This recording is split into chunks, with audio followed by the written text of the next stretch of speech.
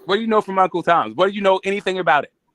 Like that you would fix your mouth to say, Like somebody is or isn't an Uncle Tom. Well, no, you listen, Smoke. All I'm saying is, like, you brought the racism card into this. Yeah, I know I and that's did. why I have to sit Yeah, back I and know I say, did. you know what? Yeah, I know To I be did. fair to Al Heyman, when it comes Yeah, I to know I did. Canelo and Yeah, I Fury, pointed out that he you're a made racist sure fucking piece of he shit. made Yeah, sure his that's what I favorite did. white boys are paid. Yeah, I'm Al always Heyman going made to, sure right? his favorite Because white boys it's are very paid. obvious, right?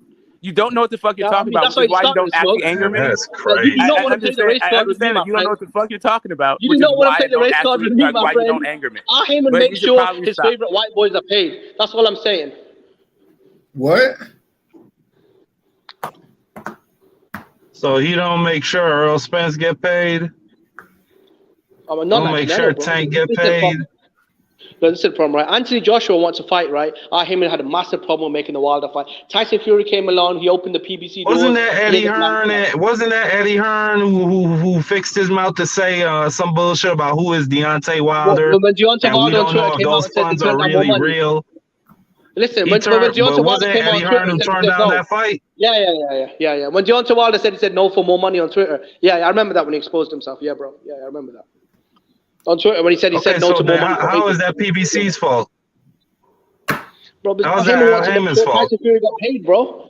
Al Heyman wants to make sure Tyson Fury got paid. Tyson Fury, a guy that couldn't fucking sell in England, bro. Tyson Fury is fighting on undercards in Okay, the but UK, did bro. his guy No one gave a Deontay fuck about Wilder Tyson not also Fury. get paid? Yeah, that's true. Did his guy Deontay Wilder not also get paid in that fight? Yeah, Joshua got paid. Yeah, he got paid. Yeah. But you got to pay. But Okay, here's the so trick, his bro. He could have got paid more. his black But here's the fighter trick, bro. He could have who got paid he's more fighting against for, AJ. who he Here's the represents, trick. got Marky Dax, paid. here's He the did trick, his bro. job, correct? Bro, he didn't do his job because he would have took AJ and got paid double. That's doing your job, bro. You want to make Okay, sure but Tyson why Fury does he need to give a fuck about AJ if he's not representing AJ? Well, That's he what wasn't I'm not representing understanding. Fury. No, what I'm not understanding is he was representing Wilder and he said no for more money just to make sure Fury got paid, right? Yeah, but Tyson Fury's career was at the irrelevant, end bro. of the day, his fighter Tyson Fury got was taken care irrelevant. of. Yeah. So Tyson I'm Fury Al not. was fighting Heyman was on protecting undercards in Tyson England, Fury. bro. Right, I got it. Al Heyman's It's Uncle I'm Tom from the now. UK. Tyson Fury was fighting on fucking undercards in England, bro. Tyson Fury was a non-factor, right? When he went to the States, Al Heyman was happy to cut him a check of $25 million, bro. Hold on one second. Give me. Right? He could have took 120 million from the zone. Al Heyman didn't want that, man. He wanted to make sure Fury got paid. He didn't give a damn about Wilder.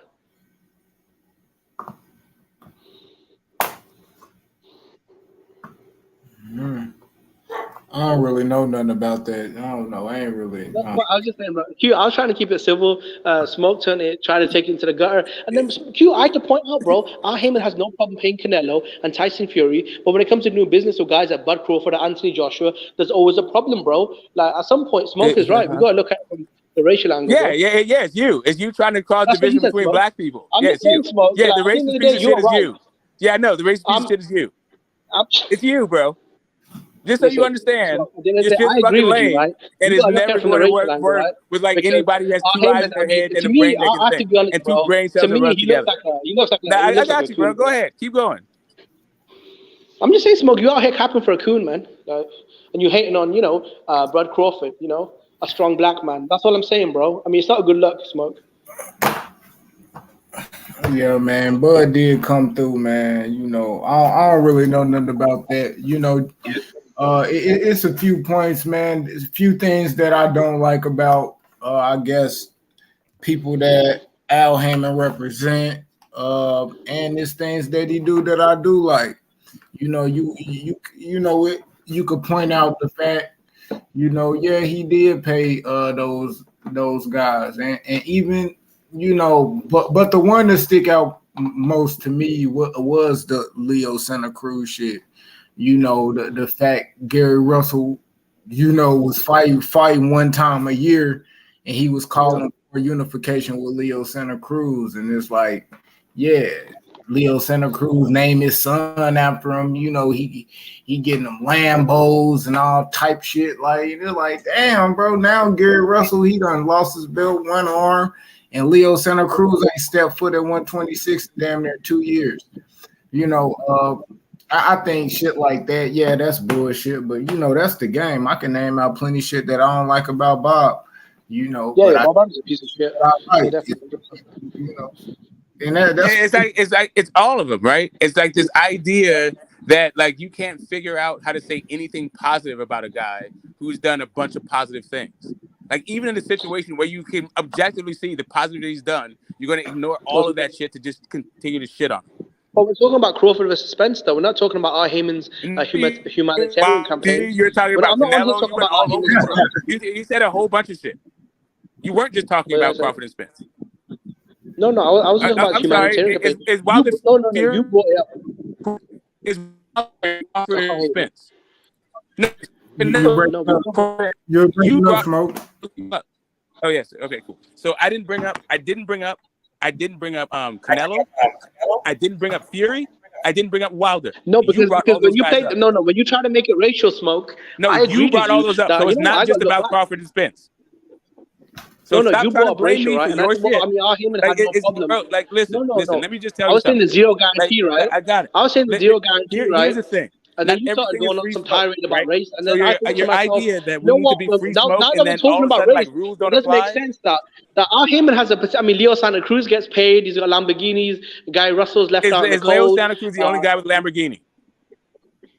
I'm just What's saying, Tank bro. I looking mean, like? What's Tank driving? What's Guy Tank Russell's driving? Lamborghini, bro? Yeah, what's Tank I'm just driving? saying, man. I mean, Yeah, no, I'm just saying, what's Tank driving?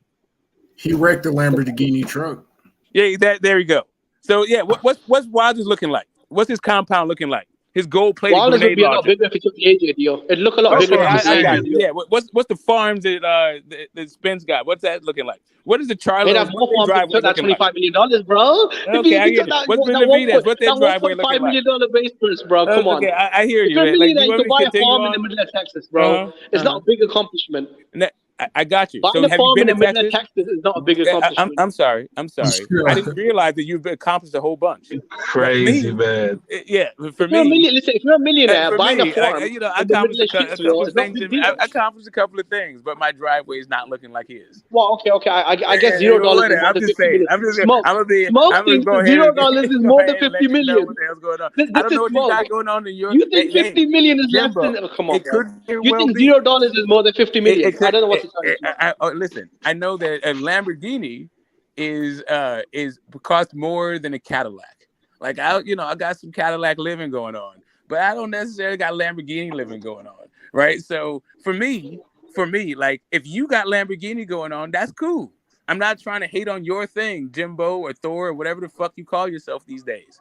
All I'm saying is I appreciate that dude got Lambo life. I don't think he's getting paid. I just want the price, bro. I don't care about what car Oranges Spence or takes Doritos Yellow Beezy or out to whatever dinner the in. fuck you I think don't is care about happening. what car Spence However takes it is Yellow you're trying Beezy out to dinner in. describe I the don't care why plantation. Spence had to buy that farm. I got I don't you, know bro. what he's doing in the middle of you. nowhere with Yellow Beezy.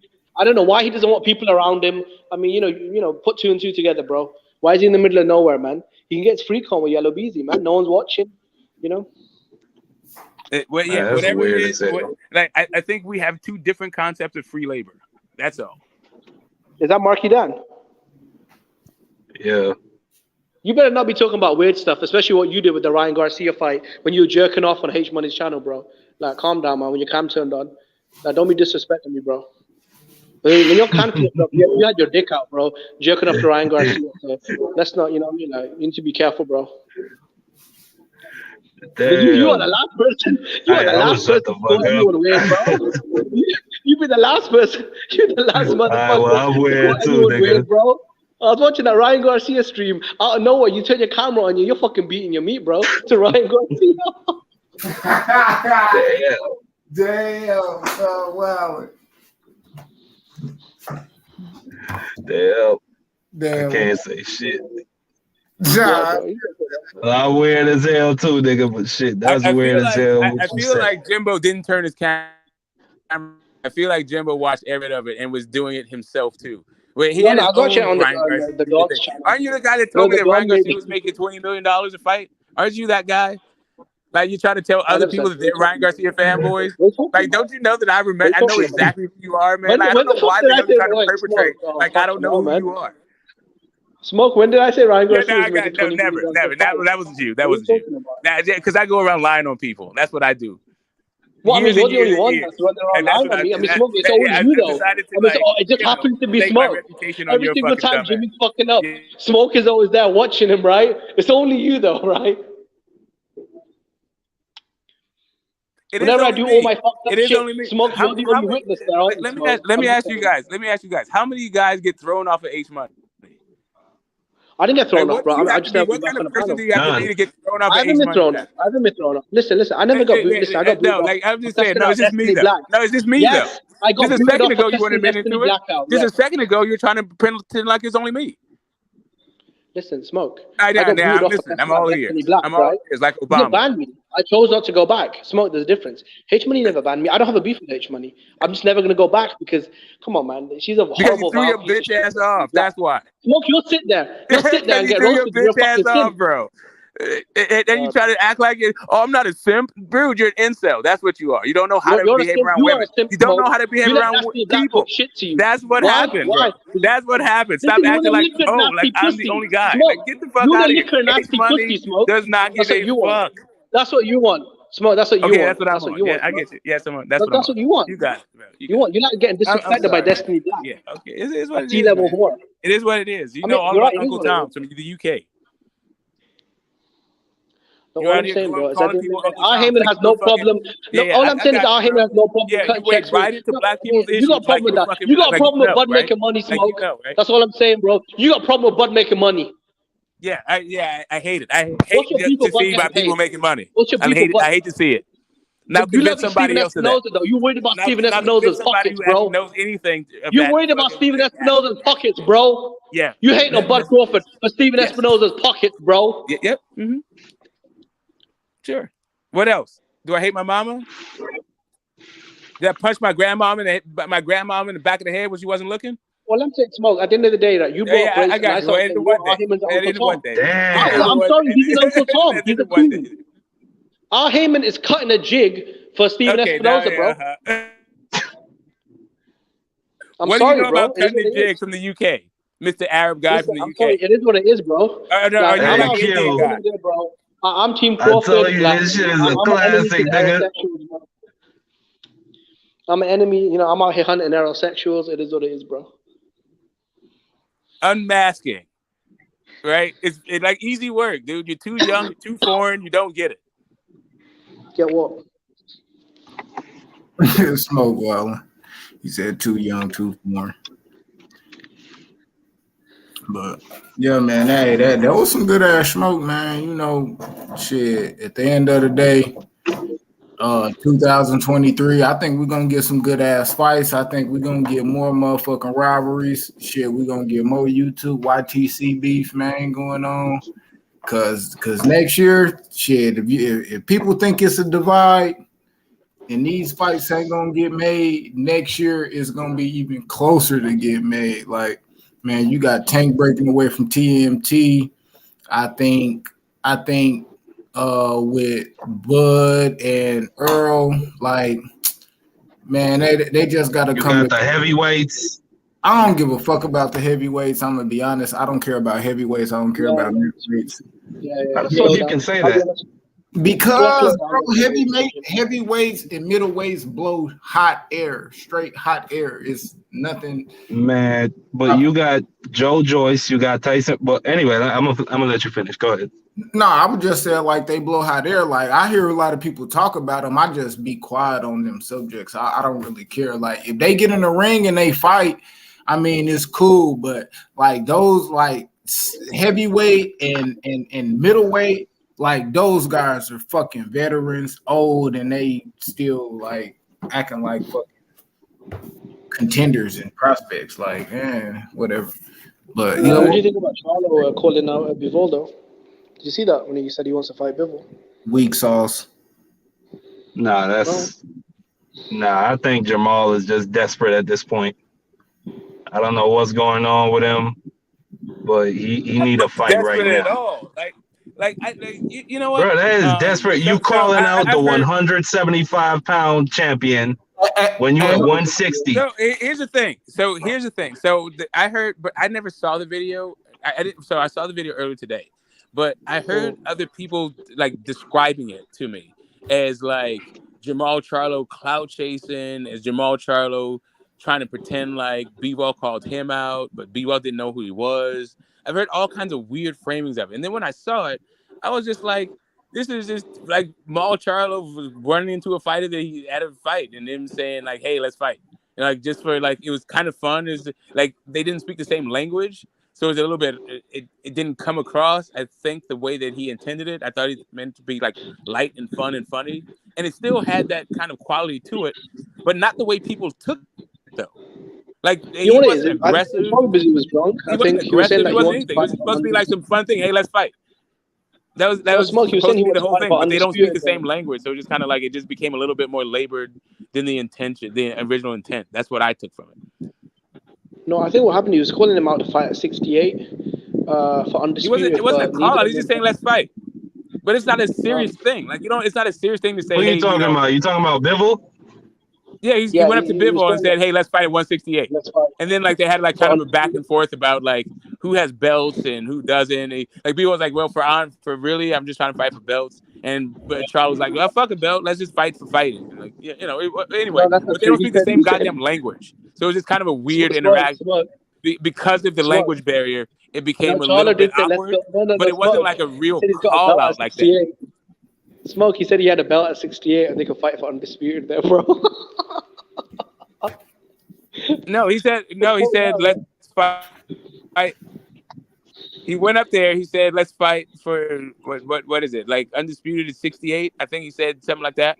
I think he might have said something like that. Anyway, no, he said, "Let's fight for undisputed." Or he said, "Let's just fight at 168 for no belts." Actually, he didn't even say undisputed. He said for no belts.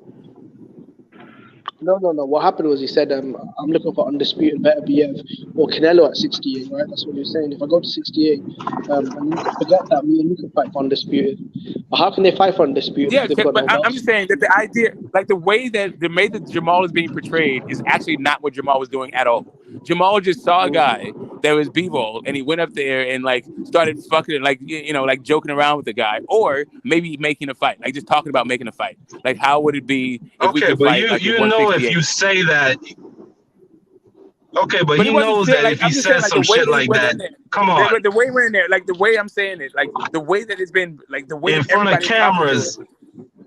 If there was cameras, and when I watched it, finally, I saw like the spirit that he was coming in. It wasn't aggressive. He wasn't trying to rope him into anything. He was just like, hey, let's you and me fight for no belts at 168 pounds. And B-Ball was like, I'm trying to fight for fucking belts. It wasn't like there was like nothing it's a gigantic nothing burger, but for some reason, Maul has been like vilified in this exchange. I don't really get it. You know what it is, Smoke? I think it's because he hasn't fought in like 2 years, and then when Andrade was desperate to unify with him, he refused. And then when Benavidez called him out, answered his call out, he refused as well.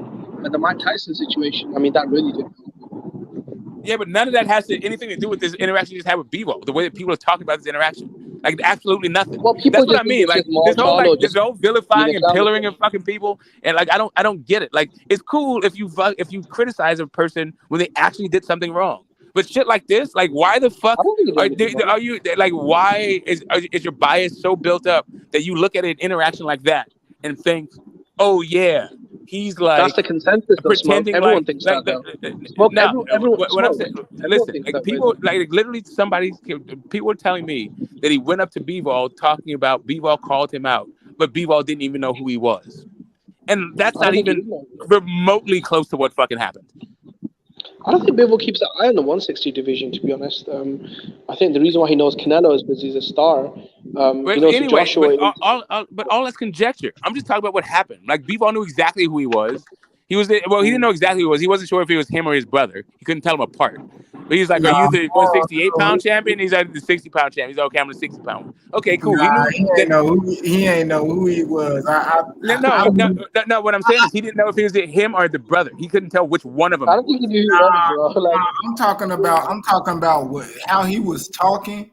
It was like, okay, so Charlo went up, talking about we could fight for this, and he was like at 68, and it's like he thinking 68. He like, man, I know Canelo undisputed at 68, so he asked him what belts.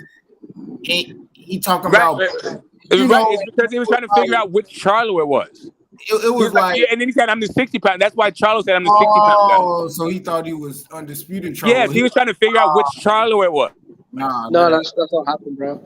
Because when Yes, he it asked him was. what belt he got at 68, That's why Charlo said. That's why Charlo said, "I'm the WBC. 60-pound one." And then he's like, "Well," and then he said, "Like I'm trying to do some other shit." He's like, "Well, we don't have to fight for belts, so we can fight at 68."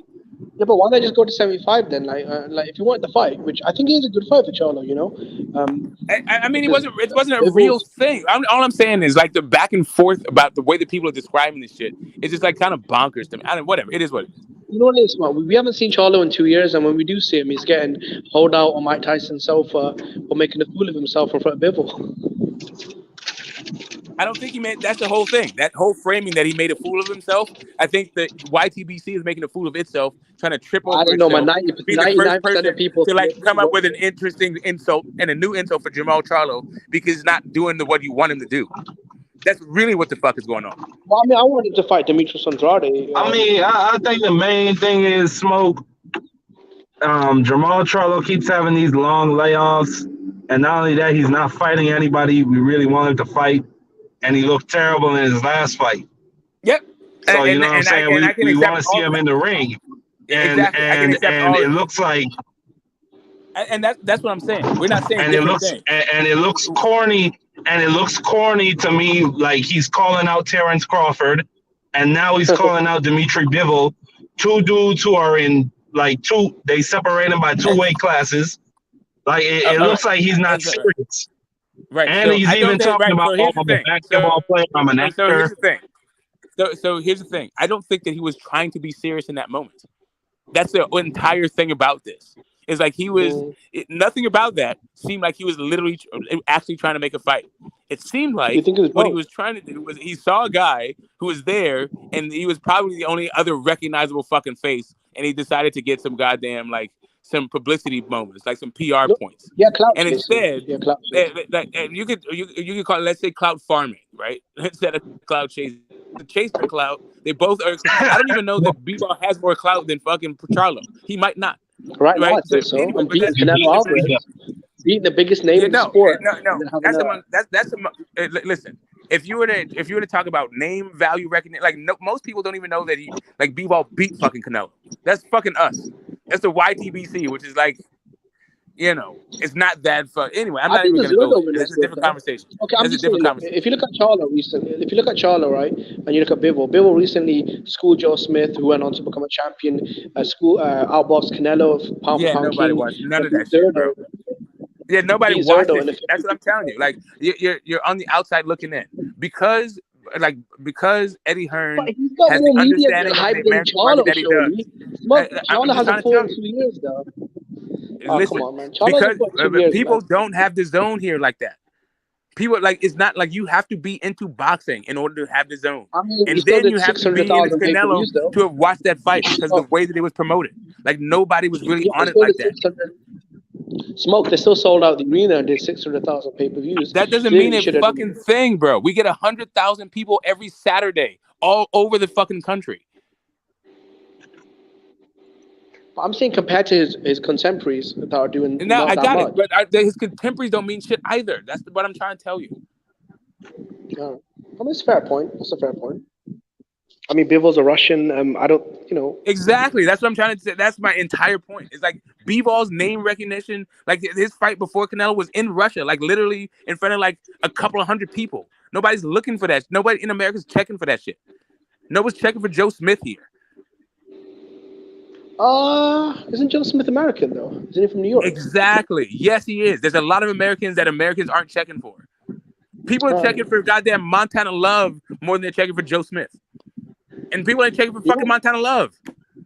No, but my thing is this though. Even in the boxing hardcores, I think a lot of people forgot about Charlo. So by pulling up and facing off with Bivol, I think he did drum up some hype again. You can't. It's just the way that they talk about it is changed. You can't actually stop talking about This is the first time I've heard anyone talk about Charlo in nearly a year. This is the first time I've heard anyone they haven't stopped talking about him. They just differentiate that they like one and don't like the other one because of the way that they're moving. Like that's the story of the Charlos right now. The story of the Charlos is Big Maul is not moving correctly, and Little Maul is. Yep. Yeah, I mean that's what no one disrespects Jamel. I mean you never see anyone here saying Jamel's not a top 10 pound for pound or undisputed champion. But with Maul, it's just everyone, Oh, they'll say that he gets. everyone trolls him pretty much.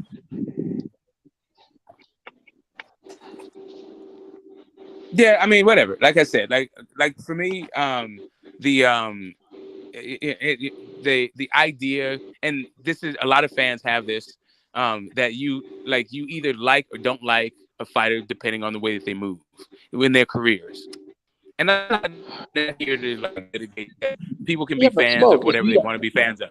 For me, I'm a fan of Smoke, you skills call and I'm a fan of boxing, fights. I actually don't yeah, but try Smoke, to you call like boxing the entertainment my business, right? fandom is actually not rooted to necessarily the way a guy moves unless they're in this rarefied air like the face of boxing, where the entire Yeah, but Smoke, sport is their responsibility. you And then I have some Smoke, it was issues. you that But used the words, outside of right? that, not Smoke, really. but you use the words entertainment business, right, to describe boxing, right? A competitive entertainment business, right? So, in the entertainment business, Yeah, right, it all fans is. It demand all is. quality of product, right?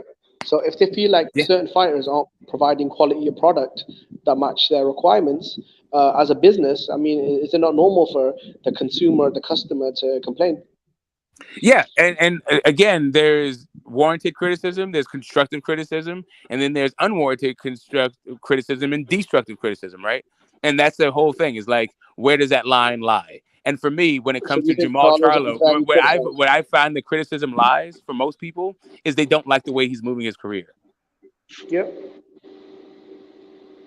I just really think he should have fought Demetrius Andrade. I feel like, unfortunately for both of them, I feel like both of their careers are. I don't know where they're going. With Boo Boo, he was supposed to move up and fight Zach Parker, which fell apart. So, I I mean, I have think no idea what's up with his career. I Yeah, go think he ahead. should retire. I think he should I mean, retire. that's where the fair criticism comes from. Like, whether you call it fair or unfair, I think that's where it comes from. The root of it is they don't like the way he's moving, and then depending on the criticism, you can you can say if it's boxing related or some shit that's beyond boxing. Like some people I don't feel think he'll like fight Ryder. because they're public figures, they hold them to this standard about being like exemplary human beings. And I don't have this It's fucking not actors, mechanism. right? I don't do that. It's not actors. Anyway, It's not actors and other people famous can, TV but I stars. don't. No, it's like you said, the entertainment business, right? So when actors produce films that are flops, the fans have huge backlash. Same with television shows. If season 9 is terrible of whatever top show that you guys are watching, everyone is just going to shit on it and hate on it. I think that's just the world we live on.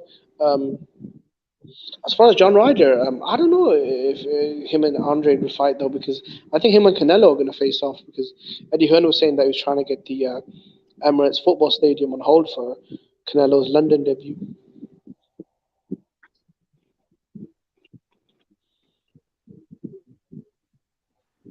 Don't know, don't care. Sorry, that's No, that actually, UK shit. That's that UK yeah. shit and that Canelo shit. That's like why people don't give a shit about what Canelo's doing, because he's fighting a bunch of people that we Okay, don't so know and Smoke. don't care about. Okay, so Smoke. Considering John Ryder's last several opponents include Danny Jacobs, Callum Smith, and now undefeated interim champion Zach Parker, I'd say that's a tougher run than anything David Benavidez, Morel, Yeah, Charlo, don't etc. care. Don't even care about the argument. Like it doesn't matter. Like you don't understand the depths of our apathy when it comes to like Well, trying to pump up a Canelo well, versus John Ryder fight. I mean, they got one of the biggest soccer stadiums in Europe on hold, so Yeah, it cool. must Like mean go something. over there and do that shit. Like that's what I'm telling you. Like you're not gonna sell that fight to Americans. Okay, so who's got better run recently in the last 3 years than And John it Ryder doesn't at even 60? matter. Like the question would What matters imply that then? we give a fuck. Okay, but then what matters then? Yeah, what matters is the fights that we want to see. The same thing that matters to everybody What else. do you want to see? Okay, but then Right. what do you want to see? I think when it comes to Canelo, that people want to see Yeah. either the B-ball rematch, Yeah. Benavidez, or Morel in America. So the Outside Bivol of that rematch shit, is I it, don't is it like. Morale cute? Come on, hold on. You don't care about a British guy in John Ryder, but suddenly the Americans are hyped up for a Cuban that fights on undercards. I'm telling you, it's not about nationality with us. Everybody comes here to fight. That's true. Like But Canelo's Mexican. Like, what the fuck do we give a shit? Like, we don't care about that. No, but what I'm saying is, you're saying John. Look, my thing is this though. I Yeah, feel like as the far as issue John Ryder's you think John is a Ryder's earned his UK right though. phenom. Like we don't give a shit about John Ryder here. You guys care No, about but him what I'm there. saying is, you feel like John Ryder's earned a shot though, because as the underdog, right? He beat a big favorite, undefeated interim champion, right, and became the Yeah, in mandatory. And the before that, he UK. beat This is a Danny UK marketing Jacobs. point. I'm trying to tell you, we don't care, bro. Yeah, but the Zone's a global streaming service though, so I why know would it is that? not like all I'm telling you is that John Ryder is not a UK. He's not he's not universally he doesn't have a universal appeal. He has a UK Yeah, but appeal. who does? Talk about the fight because, like, I mean, I don't know. I just think John Ryder is like a B-level fighter, but at the same time, you know, Canelo is just coming off hand surgery, so like I ain't fault him if he Yeah, you're fight. not mad at it. I'm just saying about the interest in it. Like, there's no Yeah, interest but in it. Like if John Ryder, Dana listen. Benavidez is so Like interesting, if you're asking a hardcore fan, like let me just put it to you this way. I thought John Ryder should have got the Smith decision, and instead of Canelo Alvarez fighting Smith, he should have fought John Ryder back then. But that's me, right? And some other fans may think that way, but I'm just telling you, yeah. like the American boxing public writ large don't give a Okay. shit about this. So They when you don't give a combine shit that about with the John Danny Ryder. They don't Jacobs, know who he no, is. I'm just asking you, Smoke. When you combine that with the Danny Jacobs win and now destroying undefeated interim champion and becoming the mandatory, would you not say he's kind of earned his position? Though? No, not to the American market. They don't give a shit about that. Okay, then how are they going to sell out a 60,000 seat soccer stadium then? Because John Ryder because the way the UK market is totally different than ours. So take your ass to the UK Okay. in that 60,000 Cycle Street Stadium, or be somewhere where they just love the shit out of Canelo, and you don't need to worry about a crossover fucking fan base. And But then Benavidez isn't a you got star it. though, Like, you know, because Bob's your uncle. his last fight on Showtime didn't even crack 500,000 views, and that was on free TV though. So So his last show on Showtime was a pay-per-view. It wasn't free TV, and it was supposedly did like 800,000 buys. no, Benavidez' last fight against David No, Lemieux was I on thought you were talking Showtime. about Caleb Plant. I thought you were talking about Caleb Plant. Caleb Benavidez is about to fight Caleb Plant. Caleb Plant's last fight was 800,000. I thought you were talking about Canelo's last fight on Showtime. Yeah, no. I mean, Canelo's the rock star. Caleb last plant. He fought on No, right. You're talking about Andre Durrell, right? I was talking about the Showtime. Canelo fight. I was talking about the Canelo versus Caleb Plant. The last time Canelo fought on Showtime. What's your opinion on this? Do you not feel like John Ryder, like in his last couple of fights, by having a controversial fight with Callum Smith, who a lot of people thought won, who was a top guy, then beating Danny Jacobs as the underdog, and now destroying undefeated interim champion Zach Parker? I mean, I feel like he's put some good wins together. Like, is he not as deserving as anyone to fight Canelo? Where guys like Benavidez and Charlo have done so much more in the last couple of years. Man, shit, bro. I'll be honest. That fight is whatever, bro. I mean, I think if Benavidez win, then give him the fight. But I mean, he could take if he take the John Ryder fight. I mean, what the fuck can you say? Other than Like, see, Canelo is in a place where he can kind of do what he wants, but nobody's looking for that fight. No one's gonna be like, "Oh yeah, you fought the best at 168 and John Ryder." Like, I can get behind the idea that he should have got John Ryder should have got the shot that Smith got, but that was years ago. Like, who gives a fuck about that? Yeah, I yo, actually thought Danny Jacobs can I interject? The thing is with this fight, if it's a stay busy fight, I would maybe give Canelo a pass, but I want to see Canelo fight Benavidez. Like, I'm sick of these excuses. Like, he's undisputed now, so like if you gonna give the guy a pass for fighting Yildirim, and now he's gonna fight John Ryder. Unless but John Ryder's got a better claim to the titles than Benavidez. He hasn't got a belt. He hasn't Oh, got yeah. a belt. No, he's an Neither interim. does That's not Benavidez. Wait, let me finish. Benavidez got the WBC interim. I think if he beats Plant, but my point Zach is Parker's people got are the just. WBO interim. Well, I don't care. They're both the same thing. WBO interim, WBC interim. Yeah, that's what I'm Canelo saying. got all the belts. Canelo got Yes, all the belts. same thing. Wait, let me finish. Canelo's picking and choosing who he's fighting. if Andrade had fought, what's it called, Zach Parker, and beat him, I don't think Canelo would have fought Andrade in December. I'm not saying Canelo's ducking these guys, but he's picking and choosing. If he fights Batubiev or Benavidez after the John Ryder fight, I'll give him a pass. But like, you can't just give this guy a pass. Like, he's not above criticism. Well, if it's Bivol, then if it's Bivol the first time, like it is the second time, second time like the first time, I'll give him a pass because I thought the Bivol fight was a tougher fight than Benavidez. But if he's gonna beat John Ryder and then he's gonna be, I don't know, a Caleb Plant rematch, or if he's gonna, pick and choose, to me he's cherry picking, and that's what it looks like the zone are trying to do. I think they're saying that Bivol in September and John Ryder in May. So he's coming off hand surgery, and he wants to have a tune-up first. And John Ryder is his mandatory. Well, I heard He's John on. Ryder in December. I don't know if that's true. If John Ryder's in December, that No, means no, no. he's. It's a May, bro. Well, look, I'm not exactly defending Charlo because he's not been active, but I don't like when people start saying stuff like Charlo's done nothing at super middle. All right, fair enough, but then if he's gonna fight guys like Yildirim and John Ryder, I know John Ryder's been more active and has fought at super middleweight, but that's not really a fight that I'm clamoring for because I thought John Ryder may have done enough to beat Callum Smith, but he did lose that Randy fight Danny technically. Jacobs. Well, a lot of people thought he lost that. fight. A lot of people thought he lost that fight. He did lose to Billy Joe Saunders as well.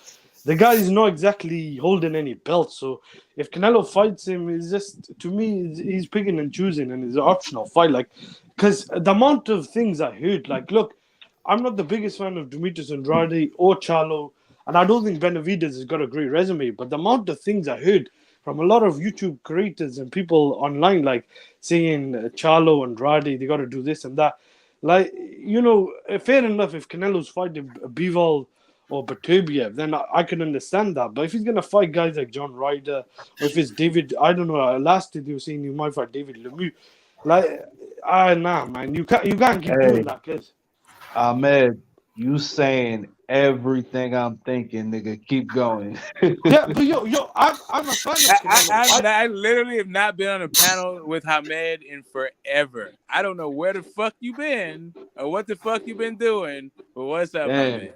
Well, he been plugged in. He been paying attention. Smoke.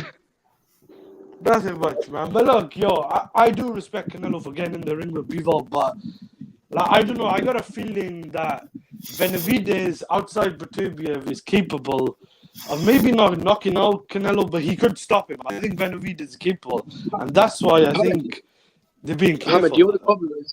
No, Hamid, I think you know what the problem is with the criticism. So, if you look at Canelo's last three opponents, right? 68 undisputed clash with Caleb Plant, undefeated champion, right? The number 2 guy in the division at that time. After that, he fought Bivol, moved up to 75 to challenge probably the top guy in the division, right? Lost, moved back down, defended his titles against Golovkin, unified champion at 160, right? If you compare that to what Benavidez and Charlo are doing, it's kind of unfair to say these guys are the killers, the monsters, the gangsters. No, I'm not saying you. You're saying that the criticism that comes their way. I'm saying a lot of the criticism is generated to counteract the gangster. Some people just hate. Sorry, I didn't mean to cut you off. I agree with what you're saying, but but a long time ago, so I'm figuring it's gonna be through the line and stuff. yeah, but no. I think that is fair. Canelo did go through all the guys, the belt holders at super middleweight, but. Look, the thing is, I don't like the inconsistencies with Canelo. Like, he said he's never going to fight Golovkin again in 2018, I think, and then he fought Kovalev. Fair enough, I give him a pass because Kovalev was a light heavyweight, even though I think he was past his prime.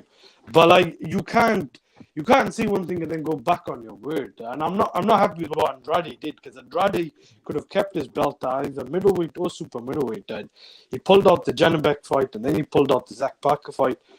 They could have all just, been in line. Now it looks like Canelo's going to pick John Ryder. And if I'm being honest with John Ryder, maybe recently has fought better opposition than Benavidez, Andrade, and Charlo. But come on, man. Out the 3, I don't think that's a tougher fight. I think Andrade hasn't helped himself. But I think Charlo and Benavidez would give Canelo tougher fights, in my opinion. John Ryder would beat the shit out of Charlo. I mean, did you watch the Montiel fight? No, but who would give Canelo a tougher fight? Head to head, of course, they could all. I don't. A welterweight journeyman in Montiel gave Charlo a life and death, bro. And before that, you had a guy like Korobov who was completely washed up, who outboxed the shit out of Charlo. So the whole concept of Charlo giving Canelo a tough fight, I just don't know based off what. He hasn't fought in like 2 years. But what is John Ryder going to give him a tough fight? Like, just because he got a robbery, a controversial decision over Danny Jacobs, a hometown decision, that doesn't mean I mean, much. a lot of people thought he beat. A lot of people thought he beat Danny. The majority thought that he lost. Besides the point, even if you go by what actually happened, like Danny Jacobs and Canelo fight nothing alike. Canelo beat Danny Jacobs, I thought, way decisively than the judges had it. I thought Danny Jacobs may have won about 3 or 4 rounds. Okay, so he got lucky against Jacobs and he was unlucky against Callum. 7-5. I don't know. I could maybe see 8-4 closest, but Jacobs was not really, I think, doing what a guy like Benavidez would try and do, or Beterbiev. Like, I think Benavidez that got dropped by Ronald Graville, bro, a split decision. Bro, man, you capping for Canelo too much. No, I'm just saying, you're saying inconsistency, this and that, and when I give you the facts. I want to see the fight. Inconsistency is about what? I mean, you say John Ryder lost to Billy Joe 10 years ago, but then you're okay with Ronald Graville bouncing Benavidez off the floor and getting a split decision. What did Benavidez do to him in the rematch? I don't think you probably watched that fight. But it don't matter if he got dropped. Benavidez won the fight, gave him a rematch, and shut the guy out. Like, why does it matter what happened? You're talking about 10 years ago. Billy Joe Saunders. That fight with Gavril was about 7 or 8 years ago. I just want to see the best fight was very close though. That was a very close fight. I just want to see the best guys fight each other. Like, I'm sick of Did you watch the Billy Joe fight? No, it was a close fight, but that was also a long time ago. Like I said, so if we're gonna go, but like I said, like, I want to see the best guys fight each other. I don't like the fact that people keep saying, like, first it was Yeldrim was a mandatory, this and that. I gave him a pass for fighting Smith, Billy Joe, he those fought guys. 3 times in 5 months. Hamed, he fought 3 times within 5 months. Callum Smith in December, Yildirim in February, and a unification with Billy Joe in May. No, but that was all fake. And then you got Charles sitting there. It's been 2 years. You won't fight. I don't know what to tell you, bro. Right now, Benavidez is the main guy. I mean, I'm just a bit baffled by these decisions. To me, it just seems inconsistent. Like, the Golovkin fight, fair enough, but that was same fight. Who's got a more consistent resume than Canelo? Let me finish what I'm saying. Let me finish. Yes, sir. Because Golovkin and Golovkin wanted to fight Canelo in 2019. Canelo said, I'm not fighting him again. And then he waits like 3-4 years. I'm not hating on Canelo. I'm just saying, like, to me, it seems like he's picking and choosing. Fair enough, you could do that, but then don't, like, people shouldn't make it about the belts, because Golovkin had no belt at super middleweight. John Ryder has no belt. I don't care about the bloody regular interim BS. Like, the guy's fought all the champions. He's got all the belts now. If he's gonna fight a light heavyweight, fair enough, because I said at the beginning, Beterbiev and Bivol are both much better and more proven fighters than Benavidez and Charlo. But he just fought Bivol and he has not run that back. And I heard he doesn't want to run that back, or is not running that back until next September. That's like, what is that, 16 months since the first fight? So I don't see the problem with him fighting Benavidez. Like, I don't really care about the Charlo fight too much, but I would rather see the Charlo fight than bloody John Ryder, man. Like, if people are defending that fight, then I think they're just fanboys. I mean, unless who's Charlo though? That's what I'm saying though. Who's this monster Charlo? You have to understand. You have to give room for the guy hate. Come on, a guy that's getting outboxed by Cordoba. And that's the thing. Come on, like, here's the thing about, and this is why your thing becomes like kind of lame, because you can't figure out how to hate somebody who's like fucking not a Black American.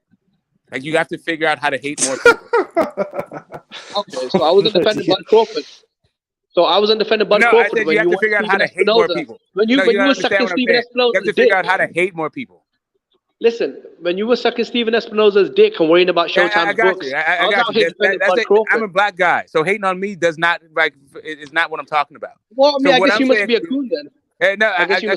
So now, right. So you using American, like, racial terms also doesn't help your case. You don't know what you're talking about. I was out here defending Bud Crawford, and you were worried about Steven Espinosa.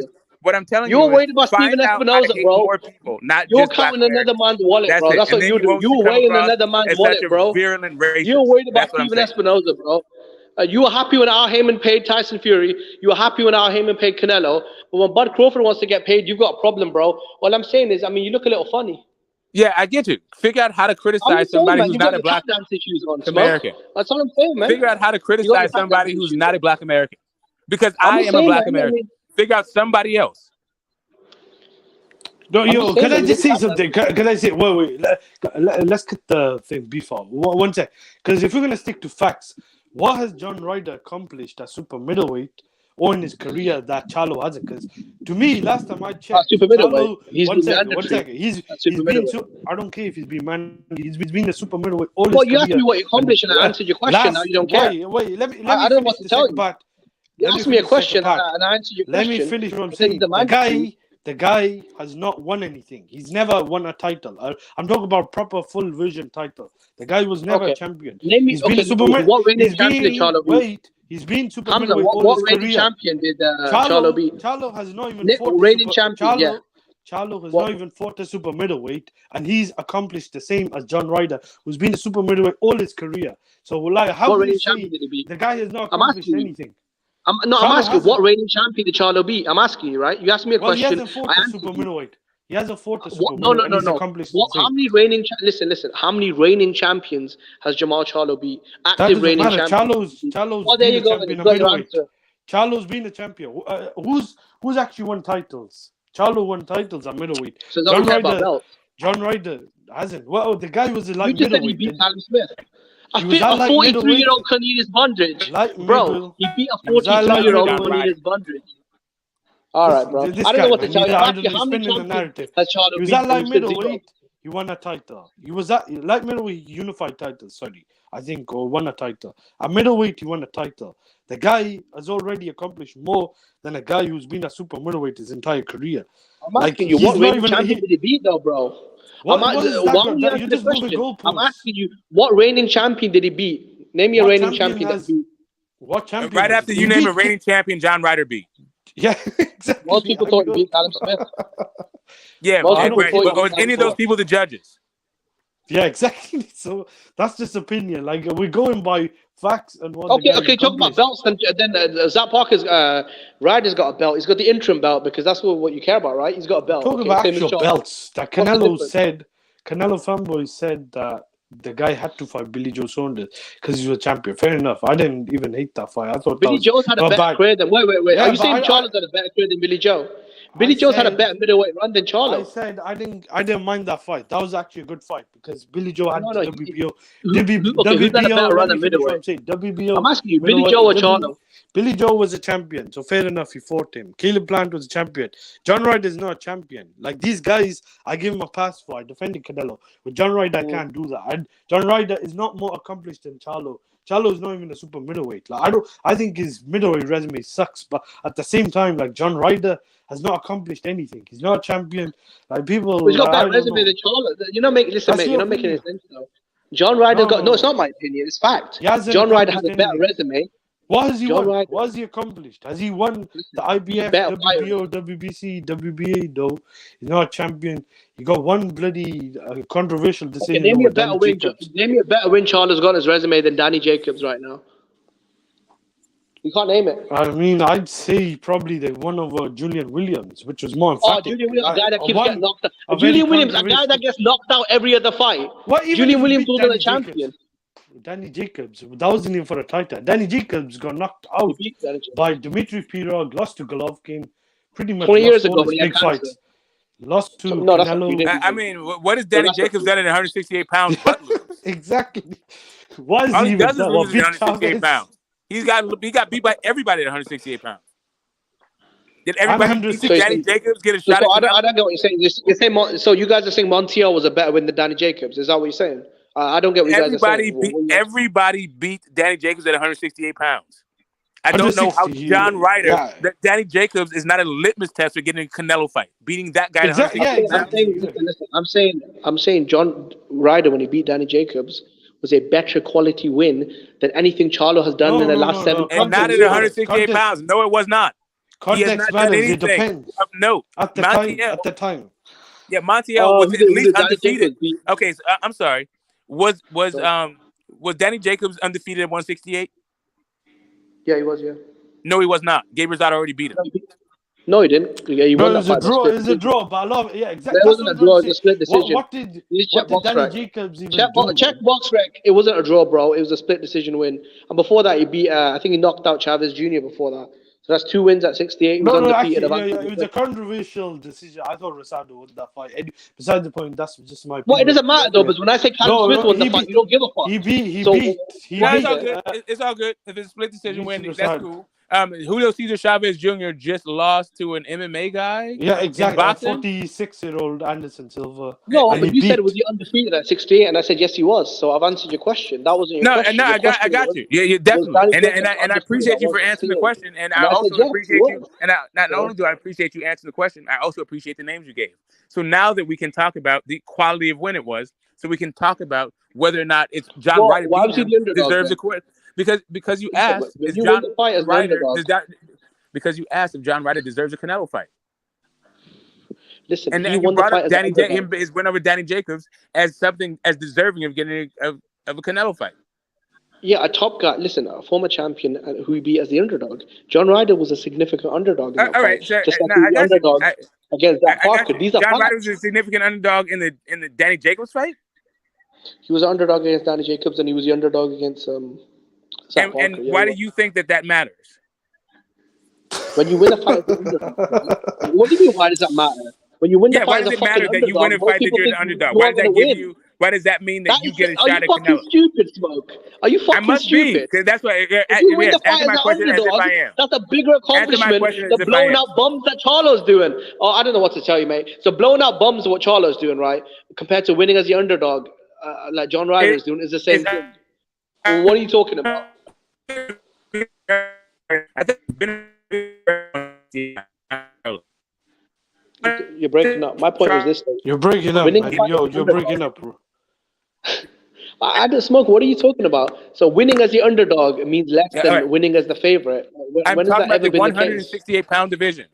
I'm talking about the Yeah, I mean, 168-pound division, and I'm not quite sure let why me you think. Smoke. Why, Let me just interject, yeah, because go ahead. Danny Jacobs is no litmus test. At middleweight, he lost to Golovkin and he lost to Canelo. I think he beat Peter Most Quillen. people Good thought victory. Wait, let me finish, bro. Let me finish. Then you can get back in. He beat Peter Quillen. Then he lost his next two big fights.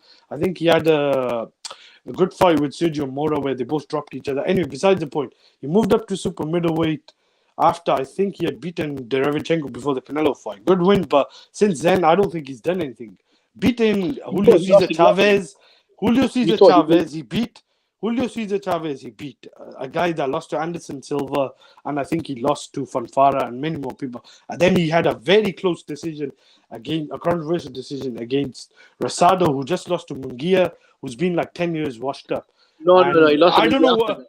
No, He no, lost I'm to just Munguia. saying that Rosado has not done anything in the last 5 to 10 He years. lost to Munguia after that in a war. It don't And he matter. knocked out Beck the Bully. He lost to David. No, he Lee. knocked out an undefeated top prospect in Beck the Bully, I don't right? care. Beck the Bully was unproven. But anyway, Danny Jacobs has not done anything. So Charlo's proven because he won a belt. Danny Okay, Jacobs so has Charlo's done proven. nothing. Yeah, he is more accomplished. All right, That he's is proven. Okay, by doing what, bro? Yes. By doing what? Knocking out Chinny J-Rock. Everyone knocks out J-Rock. J-Rock is a fucking bomb. J-Rock is a fucking bomb. Everyone knocks out J-Rock, bro. Danny Jacobs has done nothing at super middleweight. And even at middleweight, I mean, he had one win over Derevchenko. Isn't that the same Derevchenko that Charlo beat? I mean, I don't even like Charlo that much, but like the cap people do for Canelo sometimes. Bro, I don't know. You reaching real hard, man. It's not even cap You for reaching Canelo. real This hard is for not a those cap. You don't Charlo understand. This is pom-poms. what's happening. You don't understand what's happening, Hamed. What this is dick So sucking Danny the Jacobs UK beat. fighter No, let me while finish, hating bro. on Danny Charlo. It's a Jacobs twofer. beat Quillen, It's a twofer. undefeated beat Quillen. That's what you're Then he experiencing beat right now. undefeated Derevchenko. Not the one Charlo fought. Not the one that got bashed up by Golovkin, bashed up by Jacobs, lost to fucking Jack Koke. Not that Derevchenko, bro. Like, not the washed up shot to He shit. never lost to Adames. Jack Culkey. He beat Jack Culkey anyway. Most people thought he lost to Jack Koke. Most people thought he lost to Jack Koke. He beat Jack Culkey. What, did he beat Adames? When the fuck has Derevchenko won a fight, bro? When's the last time Derevchenko won a motherfucking fight? Derevchenko hasn't won a fight in about 10 years. A lot of people thought he beat Golovkin as well.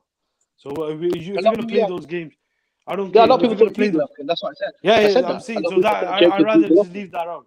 He beat Koke, he lost to Golovkin. I agree context matters, but that also matters with Danny Jacobs. Danny Jacobs lost to Canelo, and a lot of people thought he lost to Rosado. So Well, I mean, I don't know, mate. What has Charlo done in set? Okay, you tell me. Name me a significant win Charlo's had in the last 7 years. The motherfucker hasn't fought a champion in 9 years. I don't know what to tell you, bro. I mean, this apparently is a boss for you. A motherfucker that hasn't busted a grape in half a I'd decade. rather see Canelo fight Benavidez, if I'm being honest, than both of Charlo and I agree. I what's agree his with you. name. I agree with you. I But agree with you. But John I'm saying, bro, Ryder, Charlo was not the one. I would not want to see the John Ryder fight unless like that's a tune-up, like the Yildirim fight, and then he ends up fighting I'm like a telling big you, fight. Yeah, John Ryder will Charlo beat for the fuck me. out of Charlo. Charlo, he has to prove himself again, because I don't know where the fuck he's at No, I after agree that with that. I last agree. fight, I and then agree. on I top agree. of the layoffs. So yeah, Bro, I am John not Ryder really would that knock. interested in that fight. I think Canelo would knock him out, to be honest, at this I point. think No, John I think Ryder would beat Canelo the will fuck knock out them of both Charlo, out. bro.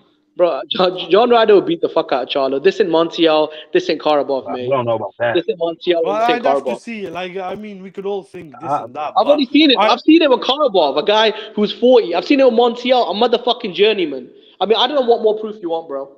I think mean, this guy's out Benavidez. here having I think slugfest with journeyman. Benavidez. I think Benavidez will knock Charlo out. I think Benavidez will knock John Ryder out as well. But I would like to see Canelo fight. I mean, we'll see, man. We'll see. I mean, this ain't If he's Graville. not, if If you could he's knock out Graville, I mean, we'll see, bro. If you could knock out Ronald Graville, I don't know if he knocks out John Ryder. We'll see, bro. I mean, that was a long time ago. I don't know why you're going that far What- back. what's he- My okay, what's he done point is since then, this. bro? My point is this. What's he done If since then, bro? Canelo's not going to fight Bivol, Batavia, those guys, then I would rather see him fight guys like Benavidez or Charlo, super middleweight. If he's going to fight John Ryder, then as long as I'll it's be a honest. tune-up.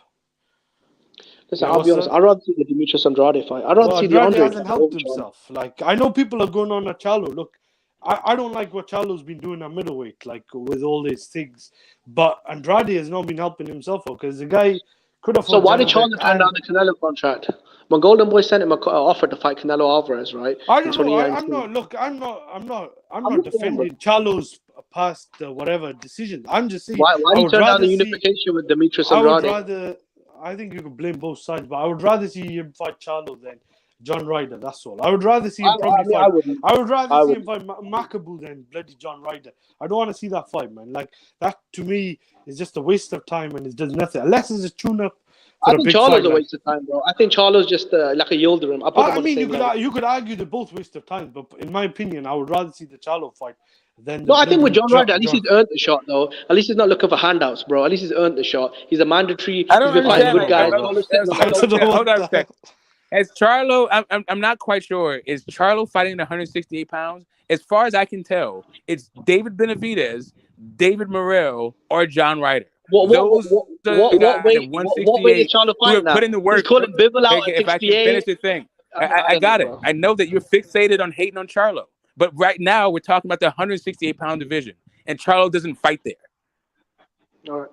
Yeah, and Charlo and Canelo were meant to fight at middleweight. Look, you could blame Charlo, whatever. Why should have turned down the Golden Boy contract, then, man? I don't know what to say, bro. Let me just finish. You're out here defending Charlo. I don't know what Charlo's done for you. Do you know him? I'm not be honest. Do you know Charlo, bro?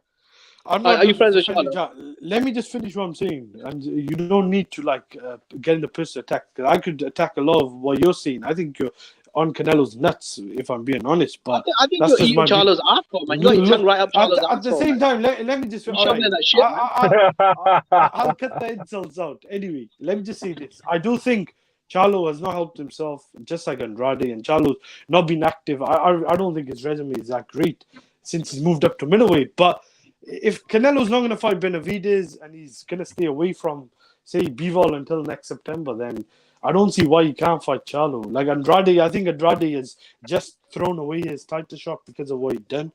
To me, I'd rather see. But okay, Andrade is throwing away his title shot, but Jamal Charlo, who's been sitting on the sofa for 2 years, just looked like shit against a bomb. Charlo's a middleweight, though. He was meant to fight, I think, Suleki, and something happened. He has had some legal problems. And I think Charlo... I don't know what you're saying, though. What's he done? He hasn't fought in 2 years. And when he did, Andrade, that's my point. He looked like shit against the journeyman. No, he But fought in John February, Ryder, actually. how many times did John Ryder fight? Twice, I think, against Danny Jacobs, and just fought against. That was meant to be Zach Parker. That was Zach meant to be Parker, right? Andrade. So, so Sounds this like year, Charlo should be fighting. so Ryder It sounds has like fought Charlo should Danny fight John Jacobs Ryder. and Zach Parker, and Charlo has done nothing, but we can compare the two. I mean, I don't So know, man. We got different standards. I guess. if Charlo We got beat different John standards. Ryder, would that make Charlo deserving of the title shot? John Ryder will Exactly, beat the Zach fuck out of Parker. Charlo. Well, Zach Well, he's got Parker an is a interim belt, right? Zach Parker is a He got bum. an You interim could say belt. if you're gonna call Charlo a bum, Zach Parker is the biggest bum because I don't know what the fuck Zach Parker did. Andrade is just too dumb to realize what's going on in boxing, and he's Listen, running around Zach Parker. because Zach Parker I was a thought guy that Janibek Ryder was a had to winnable beat fight. for the interim title, right? I don't care Zach about Parker these was a guy. interim and brinterim, whatever the fuck they are. I'm talking But you about just the said actual Benavidez was belts. the interim champion.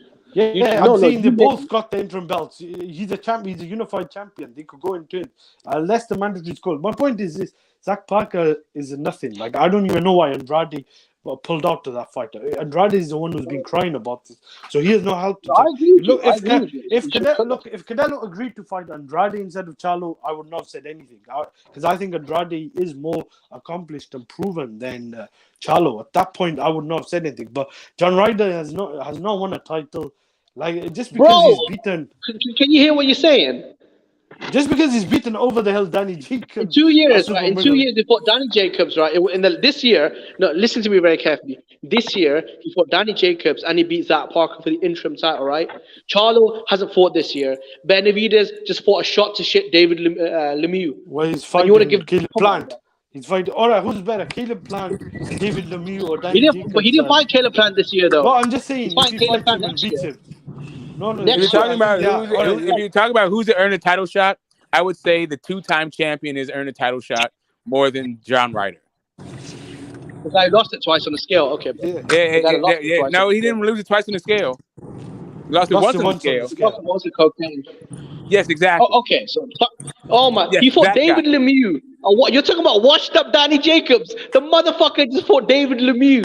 Yeah, you're absolutely correct. You're talking about washed up Danny Jacobs. So here's the other part. So here's the other part of this whole thing. David It's Lemieux. like one guy is the interim champion and is in David line for a Lemieux. title shot. I don't know what to tell you guys, man. I mean, you guys are out here hyping up David Lemieux. You do know that he was already in line for a title shot before he fought David Lemieux. David Lemieux was not the thing that got him in title contention. He was already in title contention before he fought David Lemieux. Yeah, I think someone's trying to. Who's that? Yeah, Hot Rod's trying to say something. Let him get in. Oh yeah, Hot Rod finally got in. All right, yeah, let him cook. Hey, Hot Rod, blessings to you, fam. All right, yo, is that Leimert Park living? Yeah, what's good with it? Hot Rod, what's popping? No, you got to keep it silent right now. He's on mute. He's on mute, man. But yeah, look, if Canelo fights Beterbiev, Bivol, Benavidez, you won't hear me complaining. I think Canelo has been carrying the sport in a way, but like for 2 years, all I've heard is about the belts. Right now, a super middleweight, he's got all the belts. So I think he should be fighting the best guys. And at the moment, to me, it looks like Benavidez is the highest rank. And then I think it's I don't even know who the hell else is ranked at super middleweight. I'd have to look at the rankings, but it's Benavidez. To me, he should be fighting Benavidez, and I think Andrade is meant to fight at super middleweight, so his ranking may have went up, but he shot himself in the foot. So I can't feel pity for Andrade, but I think Canelo Benavidez is the natural fight to make next, unless he fights Beterbiev or Bivol, which I think are more dangerous fights than Benavidez, in my opinion.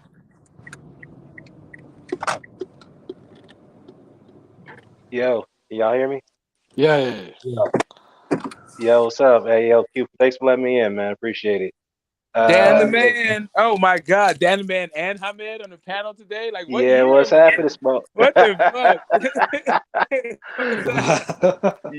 Yo, what happened to Jimmy? Because I actually wanted to address him about this whole Zach Parker situation. He ran away. Man. He ran away. He saw you and he ran away. He wanted to get up. He was on Canelo's nuts, and I think he wanted to run away. Anyway, I let him cook, bro. Actually, I was going to take a diplomatic approach about the matter. It's like, look, here's the thing. Canelo can do what he wants, all right? I'm not going I'm not going to fault him for I that. agree. Yeah, I agree. Yeah, if he wants to fight Zach Parker, let him fight Zach Parker. But let's not pretend that Zach Parker is a credible opponent, more credible than any of. You mean John Ryder? You mean John Ryder, not Zach Parker. I'm sorry, John Ryder. Yeah, John Ryder. Yeah, Zach Parker just lost the other day to John Ryder. Yeah, let's not pretend that John Ryder is a better opponent than any of any that Charlo's fought. Let's not pretend that, all right? Because he isn't. All right. So I was going to ask him that. Well, name one opponent that John Ryder beat that's better than Sergey Derevchenko. So, forget about the champions. Who did he beat that was better than Sergey Derevchenko? Let's just say no one. So let's. He probably would have said Danny Jacobs. He probably would have said Danny Jacobs. But I don't know. Like I don't know. Like to me, Danny Jacobs, Derevchenko, a lot of these guys are on a similar level. Charlo, I think, separated himself from Derevchenko. Maybe you can see that with Jacobs as well. Yeah, but I will say that I'll say that real quickly, Ahmed. The Danny Jacobs one, yes, he got the win on paper, but we all know he lost that fight. So he got the gift decision over Jacobs, and we'll just keep it at that. But other than that, yeah, I was just going to say, though, but at the end of the day, look, Charlo doesn't have the best resume. I'm not saying that. But at the end of the day, we can't continue to discredit what he does. Yes, he ain't done a lot of things in recent years after the Derevchenko fight. I give you guys credit on that. Because I've been criticizing him after that fight. You know what I mean? He hasn't really done anything. But needless to say, though, we can't shame the man's entire resume. He's got some good wins on his resume. So, yeah, that's all I wanted to say. That's new, Dan. I respect you, bro. Yeah, I respect you. What's up, Jim? Yeah, thanks, Jimmy. I appreciate it. I appreciate that. You make good sense. My thing is this, though, bro. I feel like when I look at Ryder's run, right, I'm not saying he's a A-level fighter. I think Canelo will destroy him. Right. You fight Danny Jacobs as the underdog, you pull off the win, even though it's debatable. But then again, when you took the loss to Callum Smith, that was debatable. So you were unlucky against Callum Smith. No, and you were lucky that's fair, yeah. That's fair enough, yeah, I agree. Against Danny Jacobs, right? So you're lucky here, you're unlucky there. It balances itself out, right? Then he fought Zach Parker as the underdog. He went to BT Sport, got paid peanuts, just for the opportunity to fight for the interim title. You knocked him out, got the stoppage win, and became his mandatory. When I'm looking at David Benavidez, bro, has fought once this year against a washed-up Lemieux, and he's going to fight again next year, God knows when. Yeah. Against Charlo, he hasn't fought in nearly 2 years, bro. Well, he supposed to got Caleb Plant, so let's hope that fight does come to fruition. So, but which fight do you think has more interest? Which do you think would do bigger numbers? Oh, easily, John Ryder. They've got the Emirates football stadium on hold for that fight. That's like 65,000 fans in there. It'll be pay-per-view in the UK and America. So I think the John Ryder fight. No, I don't think so. I think they're two different markets. Can I just interject? Because we gotta factor in America, the pay-per-views are like $75. So that also matters on top of the gate in America will be more expensive. And think about that. Caleb Plant and Canelo did 800,000 pay-per-view buys. It did an $18 million gate. Imagine what David Benavidez versus Canelo would do. Oh, yeah, that's a bigger fight. That's a bigger fight. That's a bigger fight. That's a much bigger fight. Maybe is more debatable. I mean, to be honest, it'll be double pay-per-view. I don't think there's any argument for John Ryder being a bigger fight. I mean, selling 10,000 tickets in Arizona. I mean, going for $30 a pop. I mean, if that's Canelo's not going to do that. Canelo will fight. If Canelo fights Benavidez, it'll be in Vegas. Yeah, but Canelo could fight anyone to make money. No, that's my point, though, right? But that's the point. John Ryder, Canelo and Benavidez will be a bigger fight because it's in America, and if it's in a casino, that'll be due to that. The thing is, because they're both big names amongst the Mexican demographic, so that definitely would do a large ticket. We don't need Canelo. In America, regardless, though. We don't need Canelo. Wait. No. I think we're missing. We don't need Canelo. Hey, Jimbo, we don't need Canelo. So keep popping that hot shit on Benavidez's name like he need Canelo. Nigga, he don't need Canelo. Fight Boo Boo, fight John Ryder, fight Charlo. Nigga don't need Canelo. We don't gotta fight Canelo, my nigga. Y'all can have Canelo. We gonna fight the rest of these niggas. Well, that's if Andrade wants it, because it don't seem like he wants to fight nobody at this point. Y'all niggas keep popping this shit like Benavidez need these niggas. Y'all do know Benavidez is only 25, right? And these niggas is 30 plus. So these niggas gonna be out the sport when he's in his 30s. Just to let y'all know. But y'all can keep talking that hot shit all you want, my nigga. All right, dog. But let me ask you this though. If he can't get Canelo, he can't get Andrade. What's else for them to fight? We can fight David Morrell. We can fight John Ryder. It's a whole lot of names. Or we can go up to 175 and get it popping. All right, you know what? Hey, hold on. Let me say this: 175 actually won't be the videos up there because he is too damn big to be at 168. So 175, I want to see him up there against the Beterbievs and the Bivens. Bro, how you gonna tell another man what his size is? How you gonna tell another man what he's big at? You see how much he weighed, dog? He about nearly 200 pounds going into fight bro, night. if he can make the weight, he can make the weight. He's a former fat kid. He started boxing to get in shape. Right, so like exactly. Smoke, say that shit again. Smoke. That nigga was a fat boy when he was young.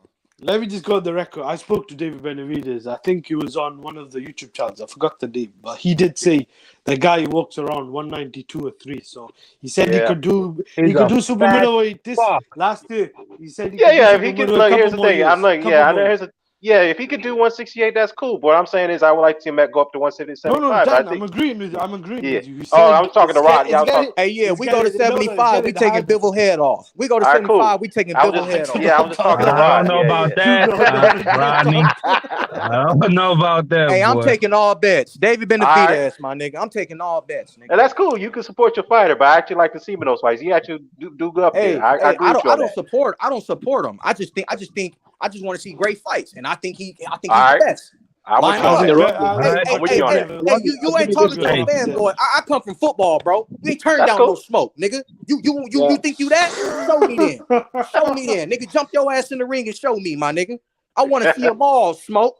Where Charlo bitch ass at? You want to go? You want to fight? You want to fight Dimitri Bivol? You bitch ass nigga? Nah, bro. Fuck that. Nah, smoke. Nah, smoke.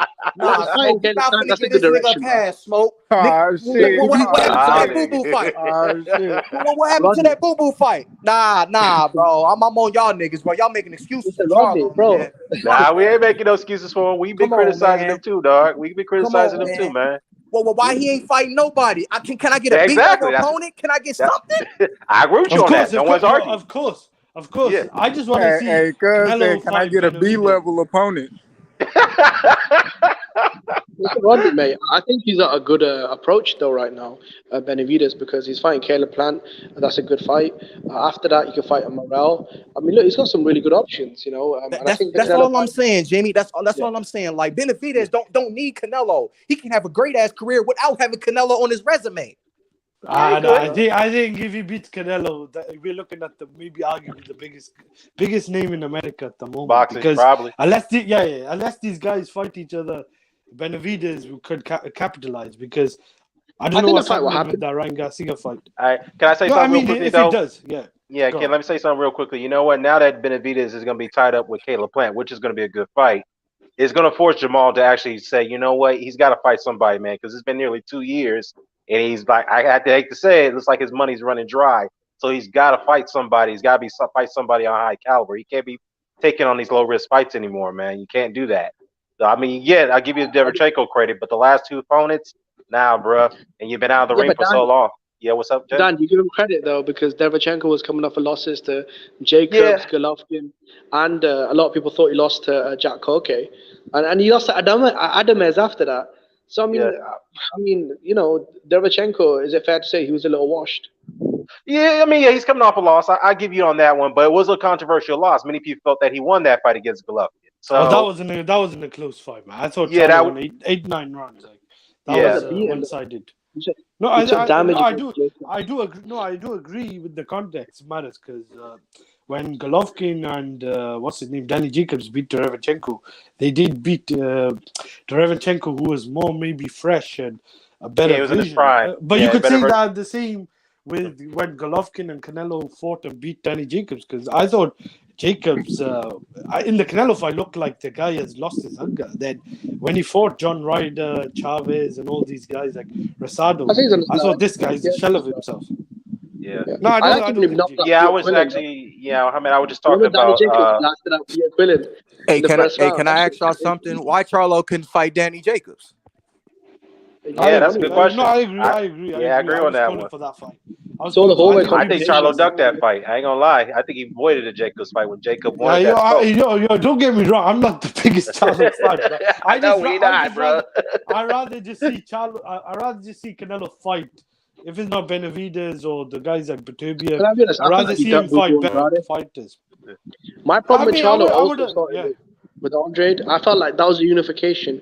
For me, that was like a super fight in the middleweight division. The winner, And I felt like then could have fought Canelo, wouldn't it? But look, it don't get wasn't me even wrong. about Canelo. No. I felt like the winner of that fight could have become a star in boxing. I'm Especially middleweight. after Andrade was going to win. Yeah, you know I what? The felt like one people are gonna bring up though. Here's the thing: the one people are gonna criticize Canelo for taking the John Ryder fight because they're like, well, wait a minute, why are you trying to drag out the Bivol rematch? That's what people are gonna criticize him for if he takes this fight.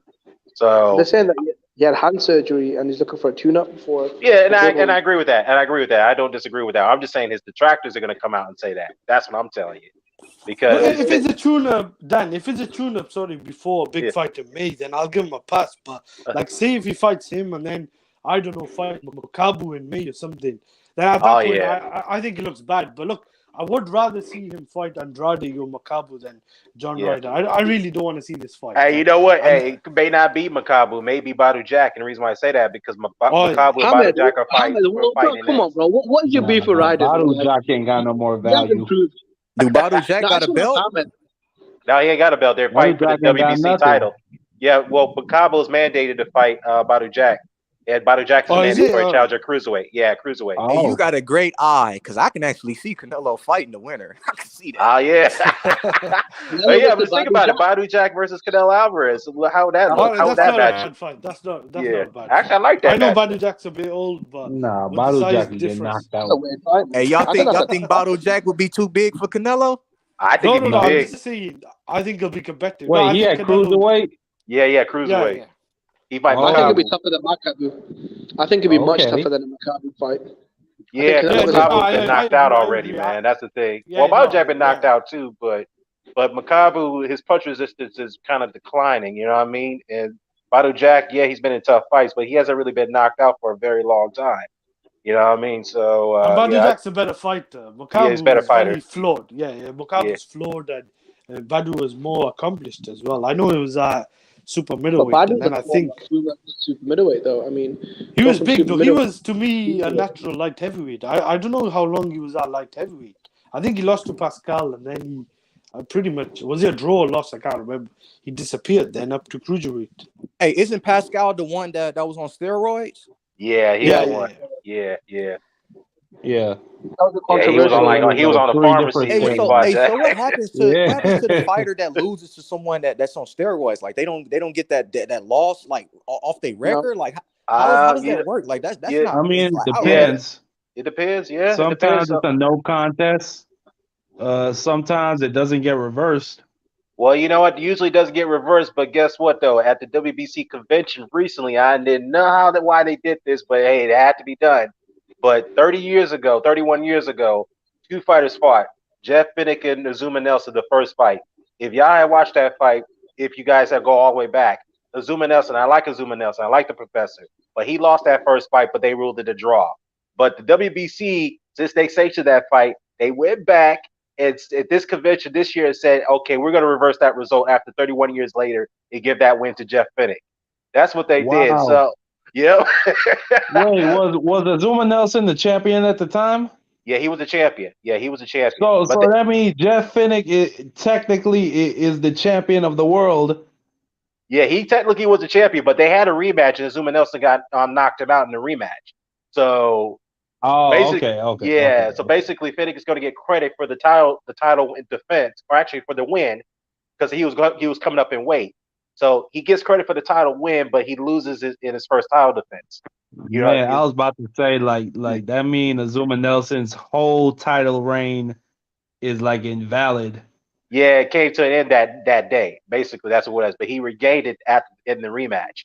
So that's what the WBC did. They reversed the decision after 31 years later. So that makes me think they're going to start looking back at all these fights years to come and start reversing all these decisions if they're going to do that. Azuma Nelson and Jeff Finnick.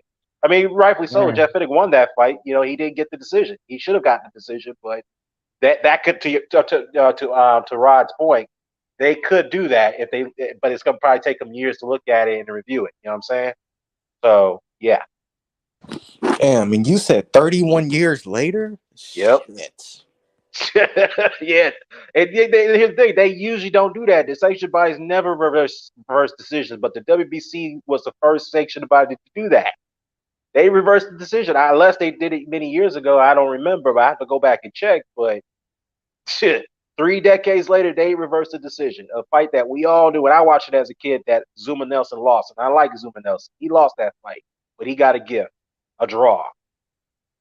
So, yeah, man, if the WBC is going to start doing that shit, then I guess the other sanctioned bodies should be doing the same thing.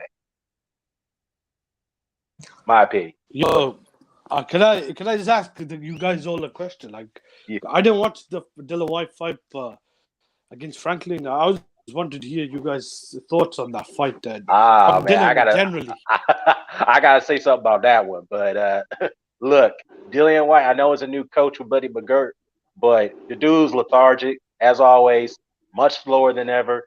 He looked like he's on a serious decline, man. And the one thing I would say, he's done a good job of defending the uppercut because he's using the cross-arm defense like Archie Moore used back in the day and George Foreman. So, and Tim Witherspoon to some extent. But dude, nah, man, the dude need to retire. I'm sorry to say that. Dillian looks like he's shot to me. Man, Yeah. Fury took I his think heart, if you man. put him Fury in there took his right heart. now, if you put him in there against AJ, Wilder, any of the top guys, he'll get knocked out. Oh yeah, absolutely. And the same as he been getting knocked out, the same as usual. Yeah, and here's the thing though. I thought Franklin won that fight. Now here's the no. Put his ass I in thought there. Dillian Whyte won Mark. it. I thought it was very close. Hey, Mark, I mean, it was a close fight. where your boy AJ at, man? It was a slugfest. That's not my boy anymore. Fuck AJ. That's not my boy. Hey, Jimmy, Mark, where your boy AJ at, man? Fury want to smoke, man. What's up, man? Man, Joe Joyce is my boy. We want to smoke with all these niggas. Hey, Mark. You know, bro, I'm on that train as well, Fury bro. fight that I'm nigga, on that train Mark. as well, bro. I got Joe Joyce as well, bro. I hope Fury fight Joe Joyce just for niggas like you. AJ. You really think Joe Joyce ass got a chance? I hope Fury fight that. Joyce beat the fuck out of Parker.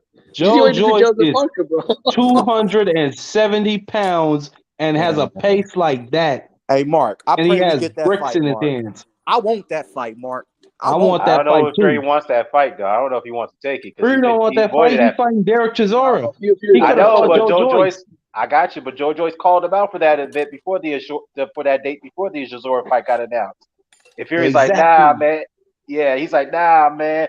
You're not in my league right now, Joe. You gotta wait. You gotta wait for more. You need more time. That's what he told him. I'm like, what the hell? Come on, I'm like, wait. Man, yeah, I'm like, wait. Hoe. Yeah, I'm like, wait, hold up. Apparently, the rumors are that Fury's gonna fight twice next year, in March against Usyk and in September against Joyce. Nah, we know he ain't fighting Usyk in March because when does he ever fight back-to-back fights within a 3-month span? He's never said done Joe that. Joyce? Yeah, that's what they're saying. That Frank Warren was saying that if he beats Usyk in March, in September, which I think is about 6 months, isn't it, from March, they're gonna fight Joyce at Wembley Stadium. So basically, I think it will. I think it could happen. Yeah, Dan, Yeah. I do think that. I can believe that. I can believe that happening. But I don't Joyce know. I may be in the minority. I think AJ would give Fury more problems than Joyce. I don't know. I just think Joyce may be too slow. I might be wrong, look, because Joyce is very effective. Joyce is slow, but his I don't timing think is anything of unbelievable. AJ, man. Usyk whooped his ass like it was nothing, man. No, I agree. But style-wise, I just think Fury would be too quick and too light on his feet for a guy like Joyce. But with AJ, I agree with you on that. But listen, That's none of why I that be shit. telling Mark ass, AJ like, has faster hands. Joe Joyce slow as molasses. No, you know what? Joyce has got Joyce has got slow No, but hands. Joyce has a great Well, here's timing. another Joe Joyce. He's got very fast feet for a guy at 270, Yeah, so he'll very be quick able to. feet. The way he was cutting the ring off the bar. He'll be able to come off the ring and pin Fury down. The only thing is, And he his gets punched biggest in his back. attribute is his Bro, he's got the most conditioning. He powerful does jab in not boxing, get bro. tired carrying around 270 pounds. Yeah, that's the Have you thing, seen though. Joyce's jab? It's probably Yeah, the his most jab- Knock powerful you out in jab the in boxing. 11th round. Yeah, it's a very powerful jab, and it's a quick jab too. Now he does have slow hands, but the thing about Joyce is that we compare it to George Foreman. The one thing I would say is though he's got way faster feet, and he's got a quicker jab than George Foreman. So his punches will get there eventually. They'll get there. So, and the thing is that when you hit him, he doesn't respect you. He just keeps coming at you. That only would only fatigue you physically, but mentally, when you see a guy in front of you doing that, you're like, oh man, it's like, what do I else have to do to keep this guy off me? You know what I'm saying? What do I got to I do? will be surprised if Fury ends up fighting Joyce after I'd be Usyk. Those surprised are too. I would be tough surprised. fights. But Yeah. I've always thought AJ would give Fury a more tougher fight than majority of the top heavyweights. I thought Wilder had obviously a chance to KO him, but I don't know. I just need to see Joyce maybe against someone a bit more better than Parker, because I thought he beat Parker and Dubois. I think, I think Joshua would give Fury a tough fight. When you've got the kind of hand speed, you can punch from both hands, and you've got good footwork like Joshua does. Joshua knows how to lead. He knows how to counter, fight on the inside, fight at long range. I think Joshua's skill set is being slept on. The guy's a great athlete as far as speed and Fury won't power. be able to bully him. Fury can't bully the guy like on the inside. Well, here's the thing. I agree with you. Joshua does have the physical attributes to match up with Tyson Fury, but the problem with him is his mental strength is not there. It's not there at the moment. We all can agree on that because those two. Yeah, it needs to rebuild. It needs to rebuild, exactly. Those two Usyk fights took a lot out of him mentally. You could tell right now he doesn't even want to deal with boxing at the moment. That's why I say that he should not be attending these events right now. He should do what Deontay Wilder did: take a year off, get your mind off boxing, and focus on other things, and then get your mind right. But I guess Dan, you're right. In the interview, he said the Usyk rematch mentally broke him. Like accepting that the belts are gone, maybe forever, was really tough for him to accept. Yeah. Right, and I appreciate he admitted that, but at the same time, if you're still in the fight game, you don't want your opponents to know that because Tyson Fury is a massive manipulator. He will use that against him in the lead up to the fight, and that right there will break Joshua before they get in the ring. And that's the thing about Tyson Fury. What he does what Muhammad Ali does. He breaks his opponents mentally, get them thrown off their edge from from that standpoint, and then when they get into the ring, they become all reckless. Like Sonny Liston kind of almost became reckless when he fought Muhammad Ali the first time. You know what I mean? Because of all the things that Muhammad Ali said from leading up to the fight. So it's just one of these things about Anthony Joshua is that he said himself, you could be physically ready for a fight, but if your mental strength is not there, then your physical attributes, you can't use that. It's no good if you don't have your mental strength that can help guide you through that. You know what I'm saying? If that makes any sense. So No, I agree. But the fights are happening this year. But Dan, me and you spoke before. I think is on your channel that before the second fight, you had doubts. But how do you think he did in the rematch? Because I don't think he did that bad. I thought Usyk clearly won about 8 rounds. I don't think it was as close as some people thought. But I could maybe see at worst case 7-5 Usyk. But I thought Usyk clearly won about 8. I'd say 8 rounds in my opinion. 7-8 maybe. He But definitely AJ did good. Yeah, he did good, and like I predict, he's going to improve. But I predicted this fight was going to be more like a Tony Bellew type of fight. He's going to have success early on, and the next he's going to break down mentally because Alexander Usyk is a guy who adapts. He can adjust on the fly during the middle of a fight, and sometimes you don't need to tell him what to do. He figures it out right away. He's a guy that sits there and collect data while you're in the ring with him, and that's what's scary about Usyk. It's like he just knows what you're gonna do. He kind of anticipates where you're gonna go, where you're gonna throw that punch, what accuracy are you gonna throw that punch, what angle you're gonna move to, and where you're gonna try to land that punch. He figures all these things out in the middle of the ring. That's what's frightening about him. And Tony Bellew said that himself.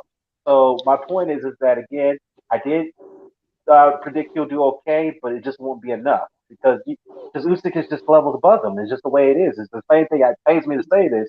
It's the same thing I said about Deontay Wilder and Tyson Fury. Yes, Wilder did a little bit better from the third fight from the rematch, but there's levels to this. Fury's just the better guy. I hate to say it, but it's the truth. Do you think he punched himself out though, Dan? Yeah, he did. Do you think he blew his load? Who, Joshua? Yeah, he went for it, and I think the reason why because he realized where the fight was going.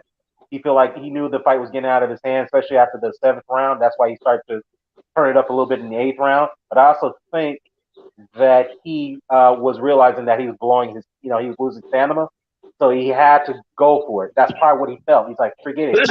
I can't let this fight go to distance because I'm losing my steam here. So or not just like endurance wise, but punches wise. I'm losing steam on punches, so I need to go for it and see where where this where if anything happens. But not saying it was a stupid strategy, but I can understand why Joshua did it. But I just knew that once he did that, I said, "Nah, man, you entered the low, and that was the only chance you got beat Usyk, and that was it." And look what happened in the last 3 rounds. So it's kind of like with Tyson Fury, Deontay Wilder. Wilder went for it in that 4th round, and then next he had nothing left. So Yeah. it is what it is. I think the difference between Joshua and Wilder is I think Joshua's only 32 and Wilder's 37. So I feel like Joshua's probably got more room to grow and have big fights compared to Wilder, who I feel like is kind of on his way out. I think the Ruiz fight, that's a good fight. I think that's an important fight for his career. And after that, maybe AJ. I think AJ showed a lot to me. He was hitting to the body hard. He was firing the authoritative jab, better body punching, a lot more pressure. Yeah. He hurt Usyk in the 9th round, but unfortunately, sometimes better doesn't mean good enough. Yeah, that's true. Unfortunately, it is what it is, man. I mean, look, I like Wilder's my guy, but I do have to agree with everything you said. I think with him, Wilder is a limited fighter, right? But that doesn't mean he's not a good fighter, and he understands his limitations. Because he's had these limitations since the amateur days. In fact, a lot of people say he's a bum, this, that, and third. All right, cool, but he became an accomplished amateur in a short time span, especially a guy who started boxing at the age of 19. And he beat guys there that highly rated that he wasn't supposed to beat in the amateurs. So and he ended up becoming a national champion and a Golden Gloves, champion. So it is what it is. But with that said, though, I do agree, though, at Wilder's point, I think he did mention that he wants to fight for another 3 years, but I think he realized that, his team realized that they don't really have much time left, so they need to get these big fights as much as possible. I know they're saying that they don't want the Ruiz fight. They don't really want it, but they have to go for it, then so be it. But to me, I think they are going to go for the Ruiz fight. There's just no other way right now. I know they're talking about Joshua. I'm not confident that fight's going to happen next. Let's just get that out of the bag. See, my problem is I feel like the Ruiz fight makes the most sense because it's the two top American heavyweights. It's in-house, and the winner could become the interim champion for the WBC. With Joshua, mentally he's all over the place. He's trying to rebuild his career. I don't know if waiting on Joshua is a smart thing right now. Yeah, and I get that. That's a definitely good point there. Yeah, I think the Ruiz fight was definitely that makes more sense. I prefer him to take that fight because I just think he's a little bit more confident before going into another big fight like Anthony Joshua or God forbid. But it is what it is. I mean, if he beats Ruiz, then he's in line to get that rematch with Tyson Fury, the 4th fight. But a lot of people are going to criticize it, but at the same time, you have to look at it and say, well, he's earned it because he fought 2 different eliminators to get that shot again, and he's looked better. He's improved. Well, we have to see how he looks with the Ruiz fight. I have to be honest, bro. I just feel like a 4th fight. I'm not sure if the fans in the UK or the US. Man, all I'm gonna say is this, bro. Because I just said, bro, I don't really care about the heavyweights. I don't like them. That's why I ain't said nothing in a long time. I don't care about middleweight, 160, 168, or heavyweight. But I will say this: with them heavyweights, all you them old motherfuckers, man, fight and retire, bro. I don't care, man. I won't. I'm just waiting for Jared Anderson, bro. And at the end of the day, like, shit and get off the pot, man. I don't like they fighting for the WBC interim, bro. So that means you get another shot at Fury, bro. I don't want to see Fury whip your ass again. You know what I mean? Dude already got PTSD and whiplash. That's yeah, I hear you, dog. I hear you on that. But here's the thing, but think about the heavyweights. What makes them like the richest divisions? Because these guys, as you said, they fight till like they're almost 50 years old. And the reason why, because they have a bigger lifespan and they have your better punch resistance. So that's why they're able to keep going at a higher rate than those guys in the lower weight classes and whatnot. But yeah, I get what you're saying, man. Because what's frustrating is this could have been potentially been one of the best heavyweight eras. But I think it falls short of that because not too many big fights have been made. Yes, we got some, but not too many of them haven't been made. I mean, we should have got Wilder and Joshua years ago before they took the L. What happens if Joshua and Wilder do meet up? Say if Joshua blasts out Dylan White in 6 rounds and Wilder just beat Hellenius. what kind of? I mean, how big is it compared to what it could have been now? So if Joshua gets a good tune-up win, knocks out a Robert Helenius type of guy, and then Joshua and Wilder declined, how big would that be in America? I know compared to what it could have been. Good question. Good question. I think it'd still be a great fight, man. I think it'd still be a big fight. You know, it's kind of like I kind of put it on there on the level of maybe Con and Brooks, because I know when that fight got announced, I'm like, oh, that's 6 years too late. But that UK Yeah. still came out in droves and what? Not just droves. I'm sorry, droves and sold out that fight in minutes after the tickets went on sale. And they sold out the Yeah. venue. They did great on pay-per-view. That was the what was this box's first pay-per-view, and yeah, that was a success. I think that Wilder Joshua fight will do even better. If it's in the UK, no question about it. If it's in the US, yeah, it'll still sell. But maybe 600K, maybe 500, because you know the heavyweights tend to do a lot better on pay-per-view than the lower weight. But other than I that, mean, yeah, if it is 500K in America and a million plus in the UK, I'd consider that a success, to be honest. yeah, I agree. I mean, they have no belts. I mean, yeah, why not? I mean, that's a fight. Like it's like It still be, Vegas or Wembley Stadium. I mean, you're doing all yeah, right. yeah, Wembley Stadium, and you know, hopefully put it in Vegas and T-Mobile is big enough to be in the Allegiant Stadium, the football stadium in Vegas. I don't know about that, but I mean, it I could mean, if the be. price of tickets right, if the price of tickets right, Yeah. it depends how big is Wilder in America right now. Because I know Joshua's star power a lot Wilder is more. Wilder's very He's a popular guy here. Yeah, he's very popular. I'm not saying he's on the level of a Mike Tyson popular or like Anthony Joshua popular in the UK, but he's pretty popular. Obviously, he's popular because of the Fury fight and the No, fact no, that I he mean knocked. compared to what he was. I mean compared to what he was, because with Joshua, even though he's still a superstar, the two Usyk fights I feel kind of did damages, especially for the casuals. Oh yeah, Kind as of far as damage.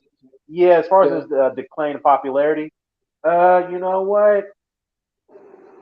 I would say yes and no, and the reason why I say that is because he did get praised for his performance against Tyson Fury in that third fight. When he was knocked down early on and he was hurt, and he was tired, and he came back and battled back in that fourth round with those two knockdowns. He still fought hard the best way he could.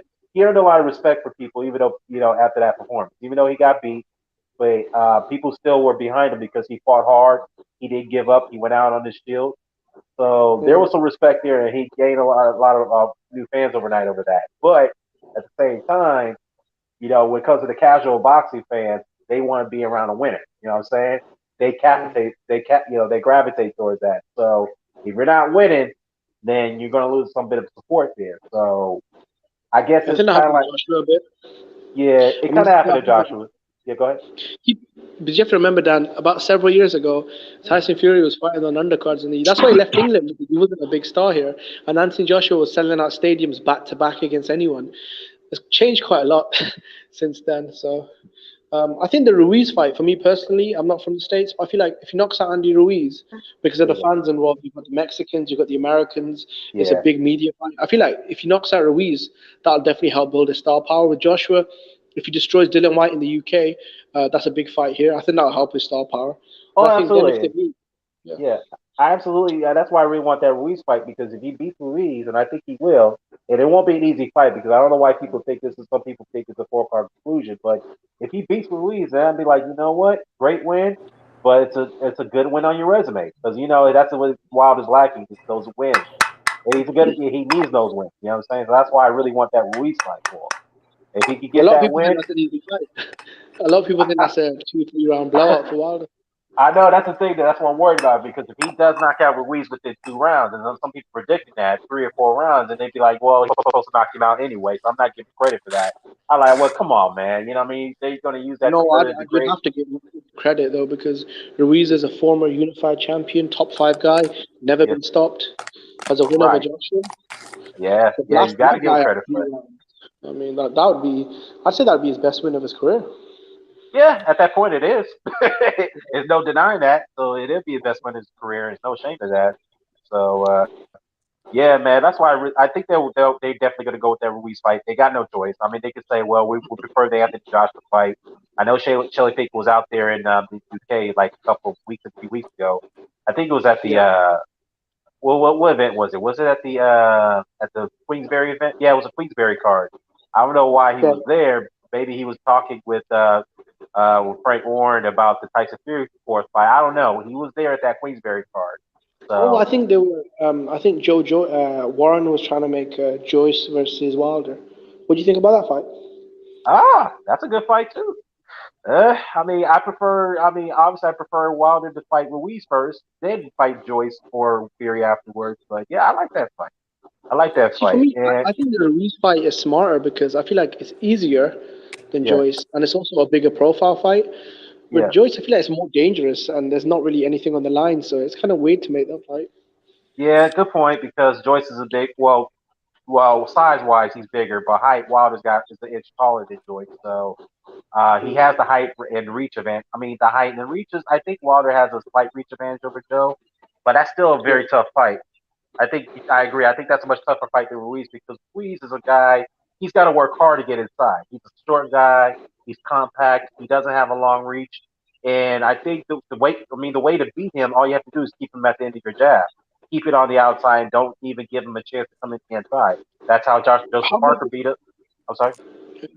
How big would Anthony Joshua versus Ruiz the trilogy be in America? Because I remember Eddie Hearn was saying that that's an option for Joshua to go to Las Vegas and have a trilogy with Ruiz if the Wilder fight doesn't happen for Ruiz. I think it will sell. I mean, it depends on Anthony Joshua his comeback trail because I mean to me it'd be bad. It'll be not wise to put him in there against Ruiz after coming off back-to-back losses. So if you could give him a string of good wins, like a comeback win against Dillian White and then another win over let's say Otto Wallin, then you could set up the Ruiz third fight, a rematch in Vegas. That would be good. I think that would be good, and I think I think it's time for Anthony Joshua to leave the UK. Not in a disrespectful way, but I think he's done what he's done there. He's accomplished a lot, so I think it's time for him to come over to America, try to do some, make some ground over here. You know what I'm saying? So I know Jimmy just left, so Yeah, wait. I guess you want anything you want to talk about? Q? Anything else? yeah, he probably come back. He probably just dropped off, but All right, cool. But uh, yeah, let me ask. It's all good. Let me ask you this, man. Tez Crawford undercard, man. I hear that Chris Cyborg is fighting on the undercard. His second boxing match. You heard about that? man, yeah, I heard of it. I ain't gonna lie. I just heard from people talking about it, bro. I know a little bit about the UFC. I mean, I'm not too familiar with her. I Uh-huh. heard her name before. I probably seen her fight. I probably just have to see her face. Man, I mean, shit. I guess to be honest, I don't care about nothing on that card but the main event. You know, Yeah, if something else pop up, it was kind of like the Regis card. Like I didn't really know about who was fighting on there. Hell, yeah. I got excited when I found out Charles Conwell was on there. Like I didn't know them guys was gonna be on that card. So, uh, Yeah. Well, it seems like all these former MMA fighters, they know that at the end of their careers, they're always transferred to the boxing, and they realize that they're making more money in one exhibition bout or whatever. They're making way more money in that than they've done in their entire career. And all of the string of fights they've had in the octagon or in the cage, you know what I'm saying? So yeah, but Chris Cyborg, she actually is good friends with Clarissa Shields, and yeah, she's been around for a long time. She's the one that ended Gina Carano's career in Strikeforce so many years ago. You know Gina Carano, the actress, right? the actress. Yeah, Gina Carano. She was let me see. She was on The Mandalorian. She was a star on there, but then they fired her because of her views. But anyways, Gina Carano was like the top MMA fighter. She was the Ronda Rousey before Ronda Rousey came in, if that makes sense. Gina Carano was actually the most popular female MMA fighter in the early days. And then Chris Cyborg, they had a match with her and Cyborg. Cyborg destroyed her in their fight, and that ended her career. Mm, So, yeah, that's what Cyborg did. okay, is I she just gonna want to be tell on you, Terrence like, Crawford listen, undercard? just straight up, bro. Huh? If you've seen Chris Cyborg, you don't forget about it. Like, first Yeah, off, her name is Chris Cyborg, and the way that she looks, she has a really unique name and face. yeah. Like, I there's was no gonna say way that you've seen Chris Cyborg and then you forget about it. That's that. not. Yeah, like it's one of those faces you don't forget. Yeah. Well, don't Anyway, let Carissa hear you say that because that's her buddy. I mean, that's her buddy. I'm sorry, that's her friend. That's her friend. listen, I'll tell you what. Clarissa Shields has undergone a complete a makeover. Like she looks way different now than she used to look in fight. Like listen, Clarissa is looking dark and lovely these days. Chris Cyborg, however, is still looking like Mrs. Potato Head. Like, I don't know what the fuck you do about that. Like, it's just, it's an unforgettable face. Yeah. Well, we all know her bone structure. We don't know what that stemmed from because it is fact. It's not made up story because it was all confirmed. Because Cyborg did fail a drug test, steroid test back in the day. So we all know where that came from. Where her bone structure came from. So. Oh wait, what is it, boy? What? Sorry, we don't know. What are you saying? It comes from like drug use. She failed the steroid. I think it was. Yeah, she failed the PED That's not, test. bro. Come on, bro. Come on. She might be on horse tranquilizer. I don't give a fuck what she's on. That doesn't do that to your face.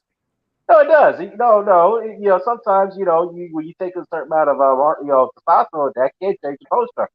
You can't do that. Okay, you remember Do you remember the so you said the bodybuilders. So the women's Hungarian weightlift, like powerlifting squad, right? Like they look kind of good. They look crazy, but they look like Chris Cyborg. I'm just saying. I'm not even trying to hate. I'm not trying to hate because they didn't get punched in the face for a living, right? So she gets punched in the face for a living. She's actually like out of San Diego, so like shout out to Cali and all that other stuff. All I'm saying is to Q, if you think that you've seen her, all I'm saying to you is once you've seen her, you don't forget that you've seen her. Man, how you spell her name? Chris CHRI, like Chris. Everybody hates Chris. No. Hold on. Spoke. It's actually CRIS. Chris. Oh, right, sorry. Yeah, that without the H. CRIS and then Cyborg. CYBORG. Cyborg. She's a woman named Cyborg that looks like she doesn't look like any other human being, like period. Yeah, she was married though, so you know. I'm not saying, listen, to each his own. I'm not hating or anything. I'm just saying that she's a unique, like she looks like her own person. I don't know that another person who looks like Chris Cyborg. Everybody should look like their own person, Smoke. Nah, man. Some people look like other people. Like, listen, you have your own unique hair kind of thing going on. But if you had if that wasn't happening with you, I don't know that you have like unique features per se. Like, you have a symmetrical face and all that shit. I'm just saying, even compare you to Chris Cyborg when it comes to like the uniqueness of face. Like, it's not. Yeah.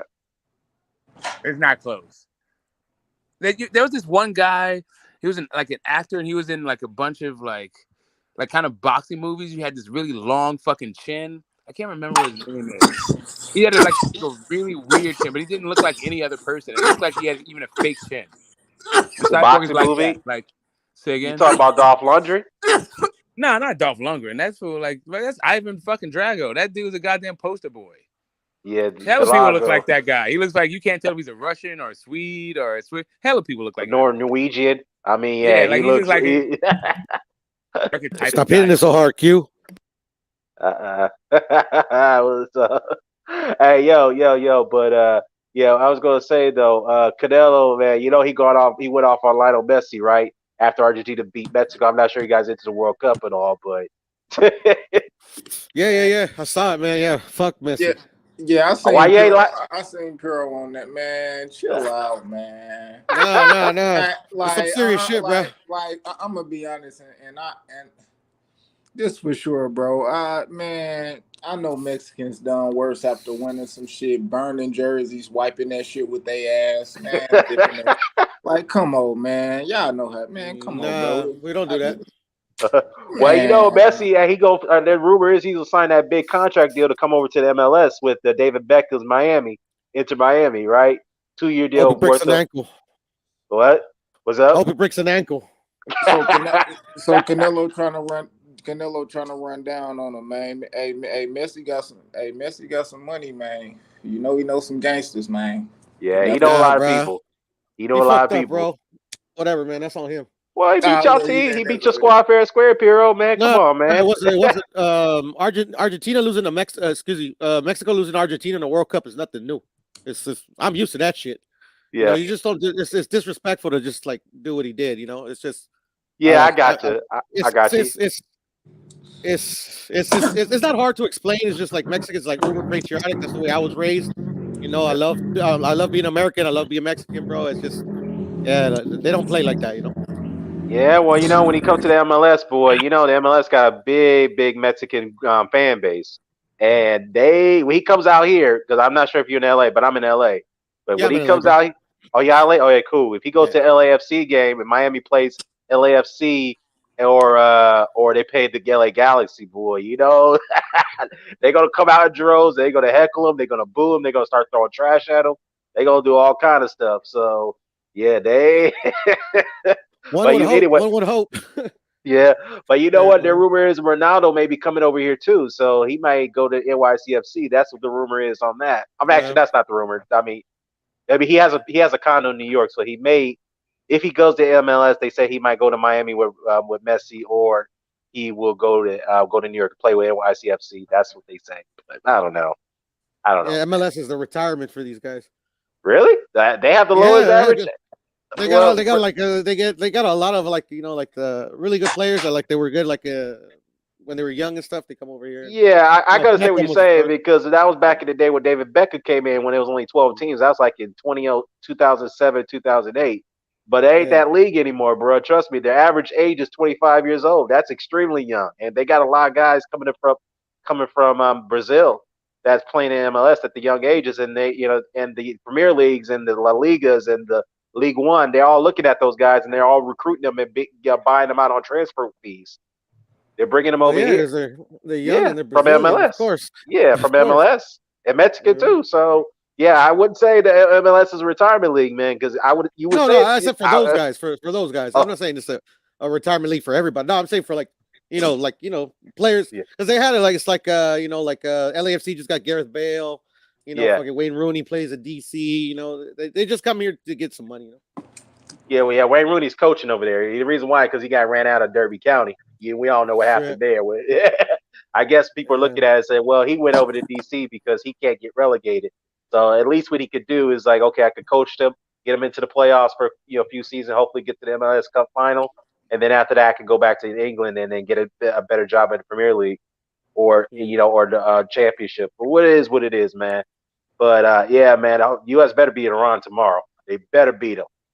They cannot lose to Iran.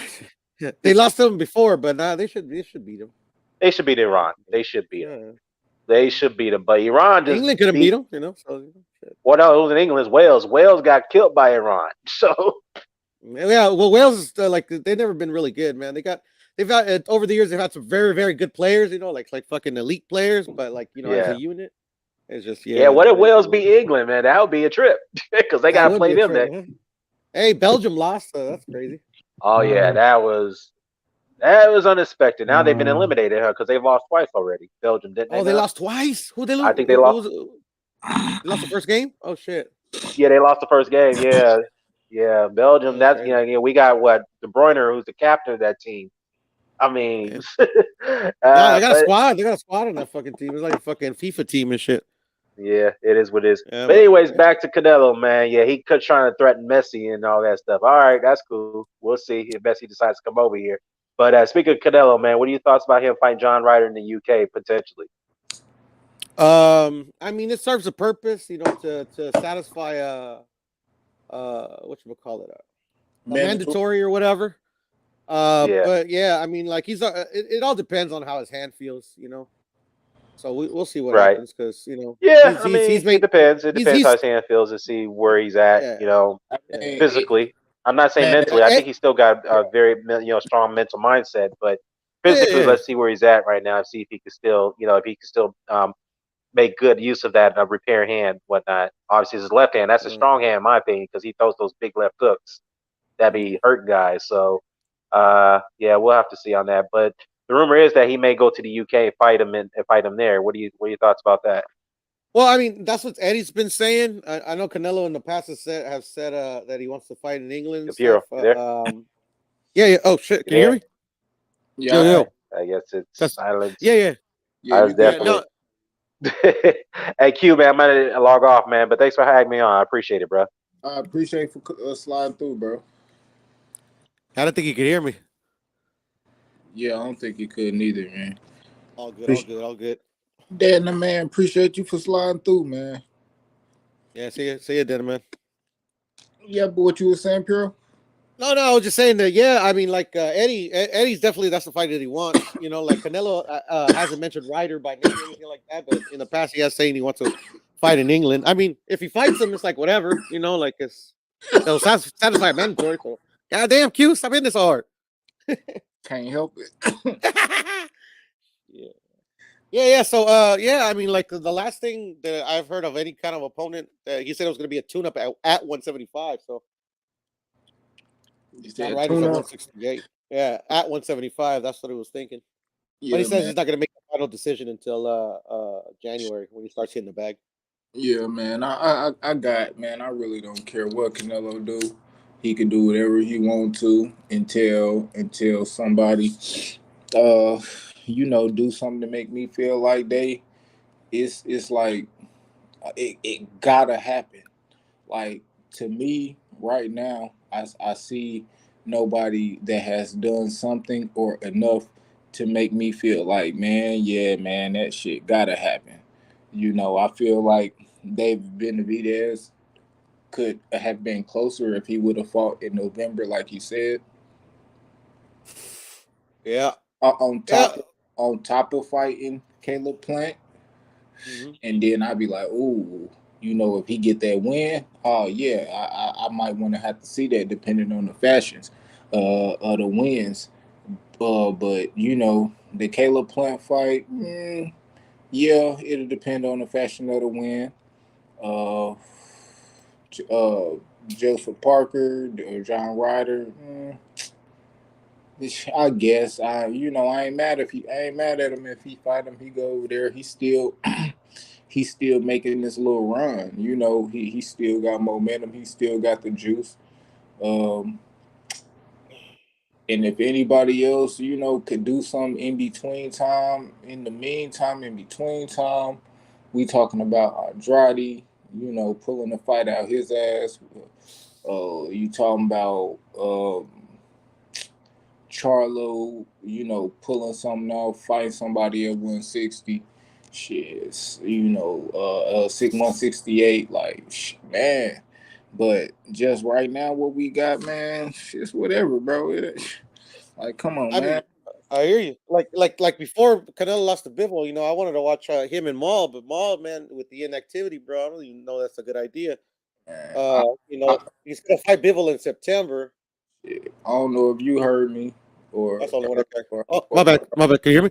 Nah, I was gonna say I don't know if you heard me or remember me saying, like, what's up, brother? I've been having Munguia beating Charlo for a minute now. I don't remember ever hearing you say that, Q, but that's interesting.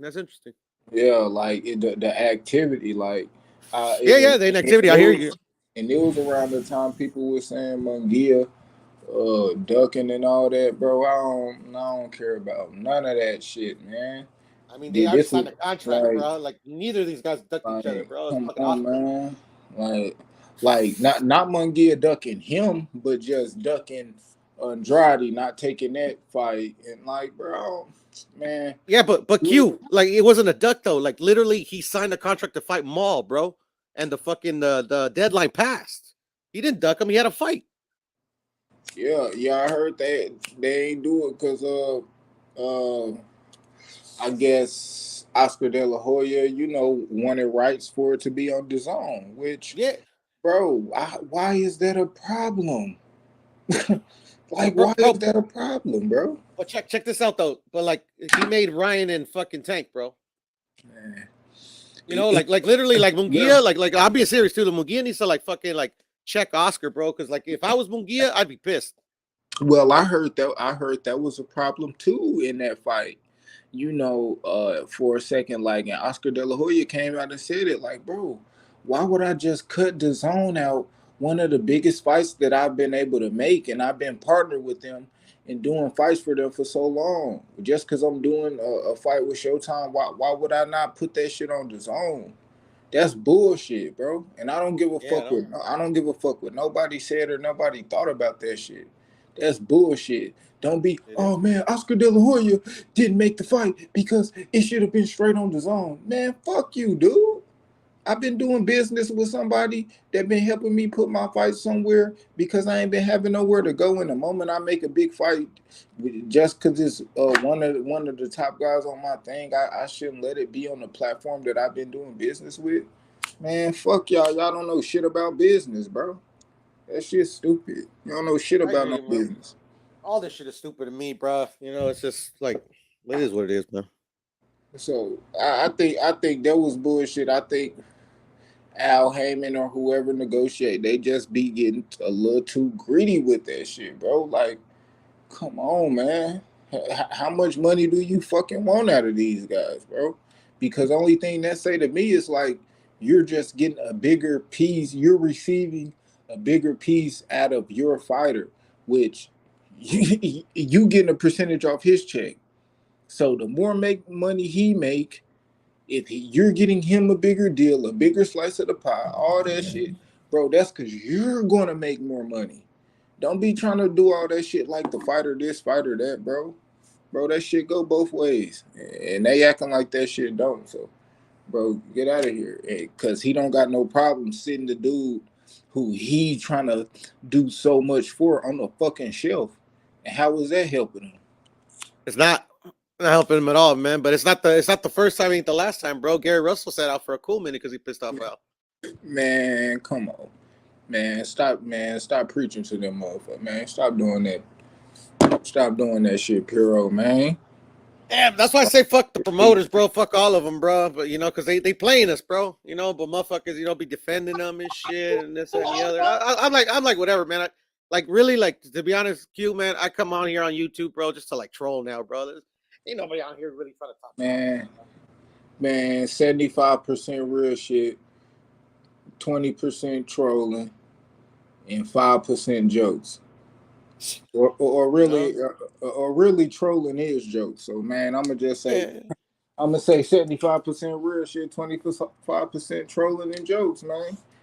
Yeah, That's man. all that shit is. You gotta have that little comedic shit with it, cause everybody want to laugh, and with all this real shit going on, like the funniest shit in life is the real shit. So, man, Right. like some of these moves that you be seeing made, bro, you will read the headline and just laugh and read the article like, bro, this shit is crazy, man. You know, like it's crazy nowadays, man. This shit like a soap opera. Yeah. And in old Chinese movies, motherfuckers moving their mouth and that shit not matching. and fake ass WWE shit. That's what it's becoming, bro. WWE, bro. But shit, hey, I love that shit. You know, I mean like the boxing. I mean boxing. No, I love the boxing. Yeah. That's why I'm still here. Yeah. You know, even with all the fuck shit, bro, I'm still here. And we gonna deal with the fuck shit. Like it's more fuck shit, and I don't know if people peeping that shit, but all that shit with Devin fighting the Tanks, Devin fighting the Shakurs and all that. He not fighting none of them. Devin about to fight Lomachenko, and he's gonna fight Teofimo Lopez. Like, yeah, that sounds about right. Bill Haney called Teofimo to senior to make a fight. I ain't heard him call no goddamn Tank or Calvin or whoever running his shit. I ain't heard him call, Shakur grandpa father or Jay Prince or Bob. Like, shit. Have you mentioned Shakur name while you over here talking about that Lomachenko shit? No.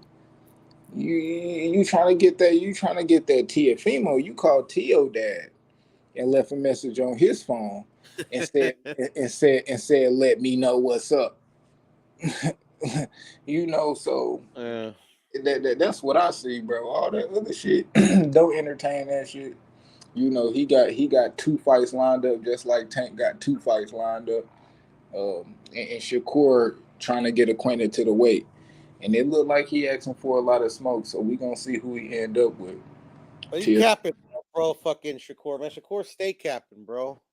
You said Shakur capping. What he capping about? What did you see his live that he did? No, I ain't see the live. Yeah, he did a live. I don't know, maybe a couple days ago. He was like, "Oh yeah, fucking Pitbull ducking me. Oh yeah, fucking Zapata ducking me." He's like, "I'll fight anybody. All these motherfuckers, they don't want to fight." And you know the motherfucker that whooped Ryo's ass, right? Yeah, that motherfucker pulled up, bro. He's like, "I'll fight you," and then this fucker's like, "Oh no, you lying. You don't want to fight. You don't want to fight. You lying. You lying." I'm like, motherfucker, like literally jumped on your live and said, "I'll fight you," and then now you're saying he's lying, bro. Like that's why as soon as that shit happened, I'm like, man.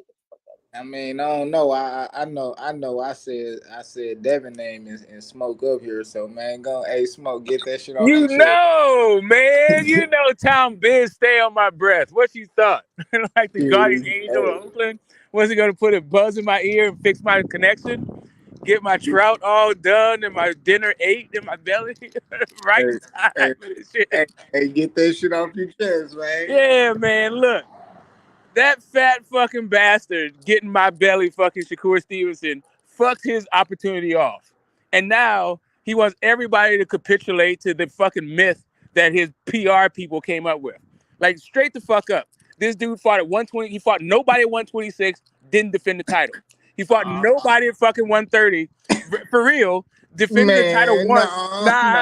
You said let it get it off my chest. Smoke, tell him, because all you're speaking is facts. Don't get sensitive now when I'm getting it off my chest. Yo, because that's the guy that he beat at 130, the guy he beat at 126 will forever be fucking forgotten, shrouded in obscurity. Nobody gives a fuck. Listen, nobody gives a fuck about Jamel Herring or whoever the fuck else he fought at 130. Those guys also will be shrouded in goddamn obscurity. Let me tell you. Let me ask you this. Hey, let me ask you this. Just a real quick question. How often do you talk about Joselino Freitas? Joselino Freitas. How often do you talk about that guy? Man, we talk about Shakur. Exactly. I'm talking about the guys he fought at 130. I'm talking about the guys he fought at 130. Those guys won't mean a motherfucking thing. Not at all. Nobody he's fought to date means a fucking thing in the sport of boxing. Man, meanwhile, everybody's supposed to be bending over backwards to fucking fight Shakur in a weight division where he never has fucking competed in. And to be honest, if he actually didn't lose his belt on the scale, we wouldn't even be hearing about all this call-out shit because he just would have petitioned and got his shot. But because he couldn't fucking stay disciplined, we got to hear all this dumb shit about tournaments, about who's fucking ducking him, and all this weird shit. Bro, you should have ducked the fucking fork and the spoon. That's what you should have ducked. And now we wouldn't fucking be here.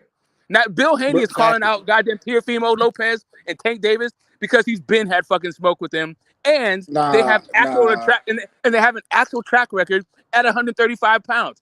Not a fat fucker who just fought outside the 130-pound division because he couldn't make weight. Go ahead. Now it's off my chest. Yeah. Smoke speaking straight facts, by the way. But go ahead, cook. Because that Shakur Smoke ain't nothing and whatever, man. Puro, I know you capping because $1,000 say you was invested in Oscar Valdez. So check this out though, Q. I didn't lose any money, bro. I won all that money. I went to that fight for free, by the way. I paid all my debts off, and I still got to go see the fight for free. But anyways, everything that Smoke was saying was fact. I ain't capping. I never capped. So Oscar Valdez ain't nothing. He ain't shit. No. That was a good win. I'm saying he ain't shit to the sport of boxing. We won't be talking about Oscar Valdez. All right. Okay. Okay, go ahead. So all I was saying, that's all I needed to be known for the 130 because that's how we got the WBC and that's how he got the lineal or he got the ring title. You know what I mean? Which he is lineal, with that thing. So with that being said, that's cool. He got that one win and he unified. That's unified and whatever he beat the dude that they say beat Oscar Valdez. That's decent. Him moving up now and him saying that all these people ducking and he tagging, they sent the contract. Well, to me, you could call it cap, but you felt the type of way when people was calling that shit cap on Devin in. You know what I mean? When he was calling all these people out and everybody, and he was saying he was the boogeyman and all this and that, you took that and ran with it. But now Shakur cap. Oh man, don't do that. I'm sorry. I'm sorry. When did hold up a second? When did Devin Haney? When did he fuck off his position of privilege and the benefits of being a member to be, and then start calling people out after he fucked that position off. Like, when did that happen? I never said Shakur. I mean, if you want to make it one, I mean, you want to make it one comparison. I never said they career was the same. Or no, I'm not talking about identical career. I'm not even talking about their career being 1-to-1. I'm not even talking about that. What I'm talking about is the idea so of how come. Mean nothing. All right. So then let me just tell you like where the intensity comes from. The intensity in my voice comes from the idea that Bill Haney needs to call up fucking Jay Prince to make a Shakur fight. Fuck what you talking about. That's the first part. That's where the intensity comes from.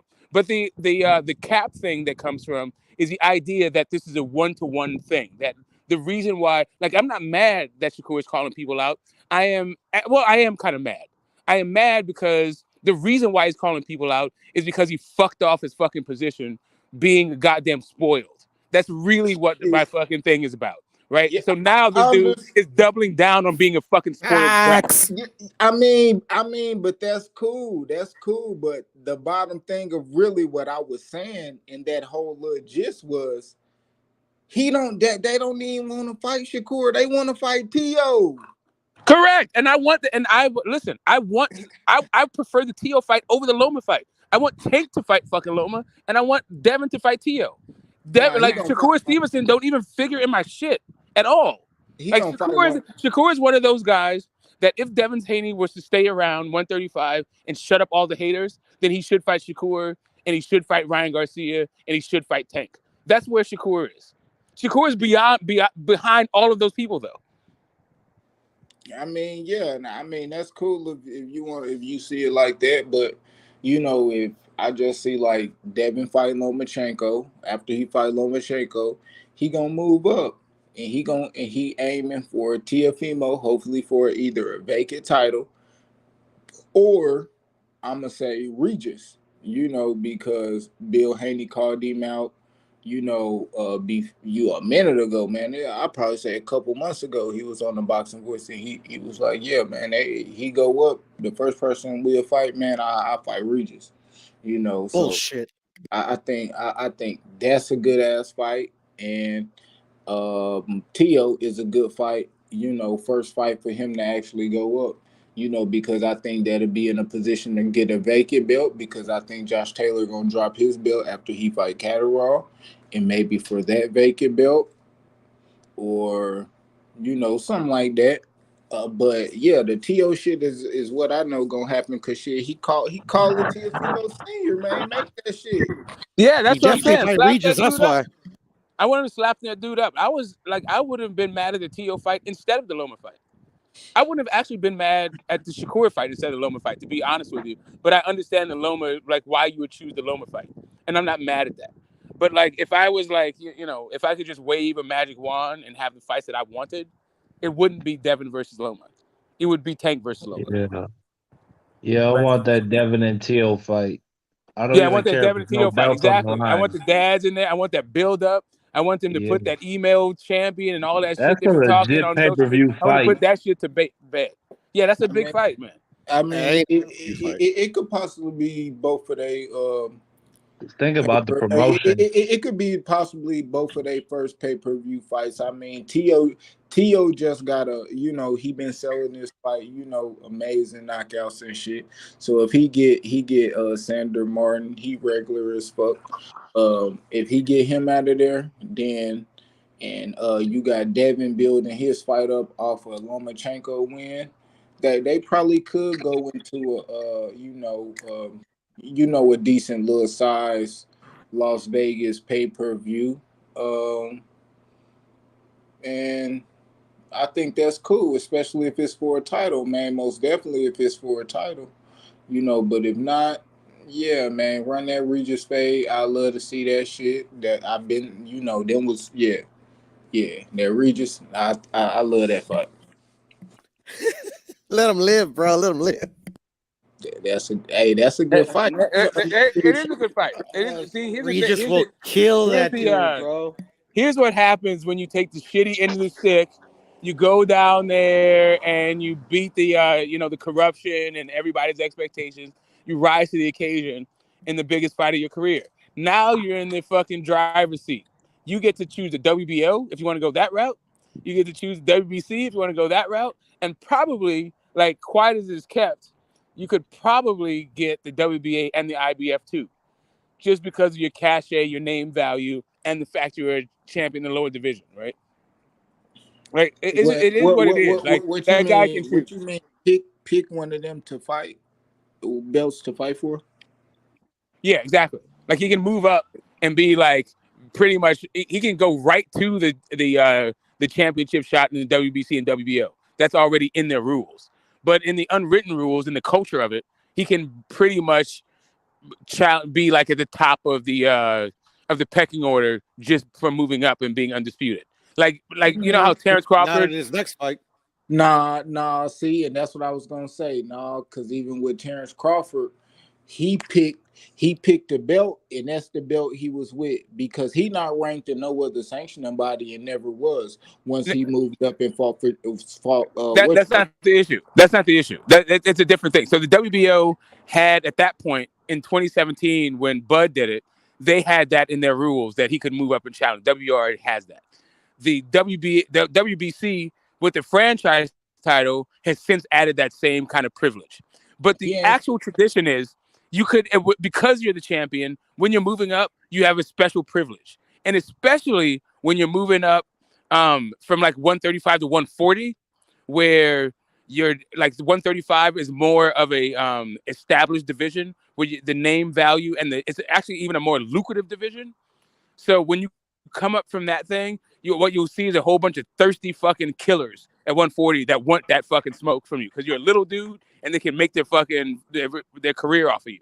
So like going from 135 to 140 is like you got to make that, and unless you're one of the best that ever fucking did it, and even the best that ever did it, pick and choose their way through that fucking weight class because that's just the nature of being 140. Even Sugar Ray Leonard, Sugar Ray Leonard, and fucking Sugar Shane Mosley.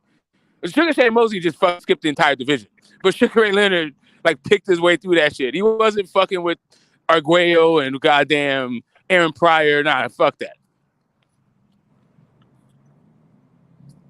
You know what I mean? Well, Devin's fighting Loma next, so. Yeah, I'm just saying, like the 135, the 140, like when you're trying to. So the 147 is like for a little guy, that's like the holy grail. If you can get to welterweight, then you can start making that serious fucking coin, right? So that's like what they're trying to fucking do. Is you gonna take the easy route, or is you trying to prove a point? But well, I'm just saying, like, listen, the only people who take taking the hard route through 140 is like, I don't know. It's only when 140 is thin. I mean, like maybe you can get ducked. Josh Taylor, Ramirez. Yeah, that was a hell of a fucking run. Josh Taylor had a hell of a run through there. Like, I even think Danny Garcia's run at 140 is like tougher than Buzz for real. Even though he didn't. Even though it's about, even if it's not one, even if you can't decide between one or the other, like it's about the same. I'm not mad at that either. It was the names, because if you over here giving Josh credit the run for his, yeah, but what started this run was the Postal fight, and that motherfucker was close as hell. Even the Postal with Jose Ramirez was close as fuck. What happened to the fight? But he went through Postal, Baranchik. He was the but they all took that smoke, is what I'm saying. And he was the first person to smoke Postal. Well, Postal was putting hands on him, like you said. It was close early, but Josh Taylor is like the king of adjustment. Like that's what got him undisputed, was his ability to make adjustments in fights, and it started with the Postal fight. I mean, it showed up like big time. Me personally, when I see Josh Taylor, and he good adjustments now. Very, very crafty on the inside with weight control and taking advantage over a lot of boxers that don't know shit about that. Hell yeah. Short punches on the inside, jab, average at best. Footwork, average at best. He's an intangibles guy. He's an intangibles guy and an adjustment guy. He is a dude that makes the correct adjustment that wins him the fight. That's really what it is. He's Just a give me little the bit like bucks. Andre Ward. He's Where a you don't dirty ass like fighter. Just nothing. say it. But no, listen, hell listen, nah. listen. Like a lot of what you're saying is the way that they describe Andre Ward, right? It's just Nah, like Andre Yeah, Ward. he's a dirty ass fighter too. See, cause Andre Ward was way it ain't even comparable. No, but Andre You are Ward was a lot more Andre skilled. was I way feel like he more was a much more skilled infighter. Yeah, like Josh Taylor, not bro. He like like the Jose Ramirez, like a lot of people kind of don't see it, and like we just watched motherfucking James Toney and motherfucking Mike McCallum. So it's like when you seen Mike McCallum when he got tired, he was on that inside fighting, goddamn shoulder to shoulder. Put his head in your chest, shoulder in your chest. yeah, sucking on that titty, that phone booth shit, It's and like digging to the body. so Josh Taylor, he kinda got that, but he's not very good at it. But shit, it's not a lot of people that know too much about that type of fighting. I'm be honest, like you look at another undisputed champion like Jermell Charlo. He don't know shit about that, like that inside fighting like that. He don't know how to do none of that shit. It's like Josh Taylor, he make you do that shit. And at 140, he got the height advantage, he got the weight advantage, and you see it. But when he go up to 147, it's not gonna look nothing like that. So here's the thing, right? So that inside fighting that you're describing, to me, that is like the highest form of mastery, right? Is that thing. And what's crazy about like the Mexican style, like if you see the like Boxeo Azteca and all that stuff, like they go to, and the reason why I say it's the highest form of mastery is because you're basically in range for every goddamn shot. Like straight rights, left rights, hooks, all that shit, uppercuts, all of that shit you're in fucking range for. So like that's like how they fight is right there. But to me, there's more to it. Like while that is like the highest form of it, like being able to fight on the outside is a thing.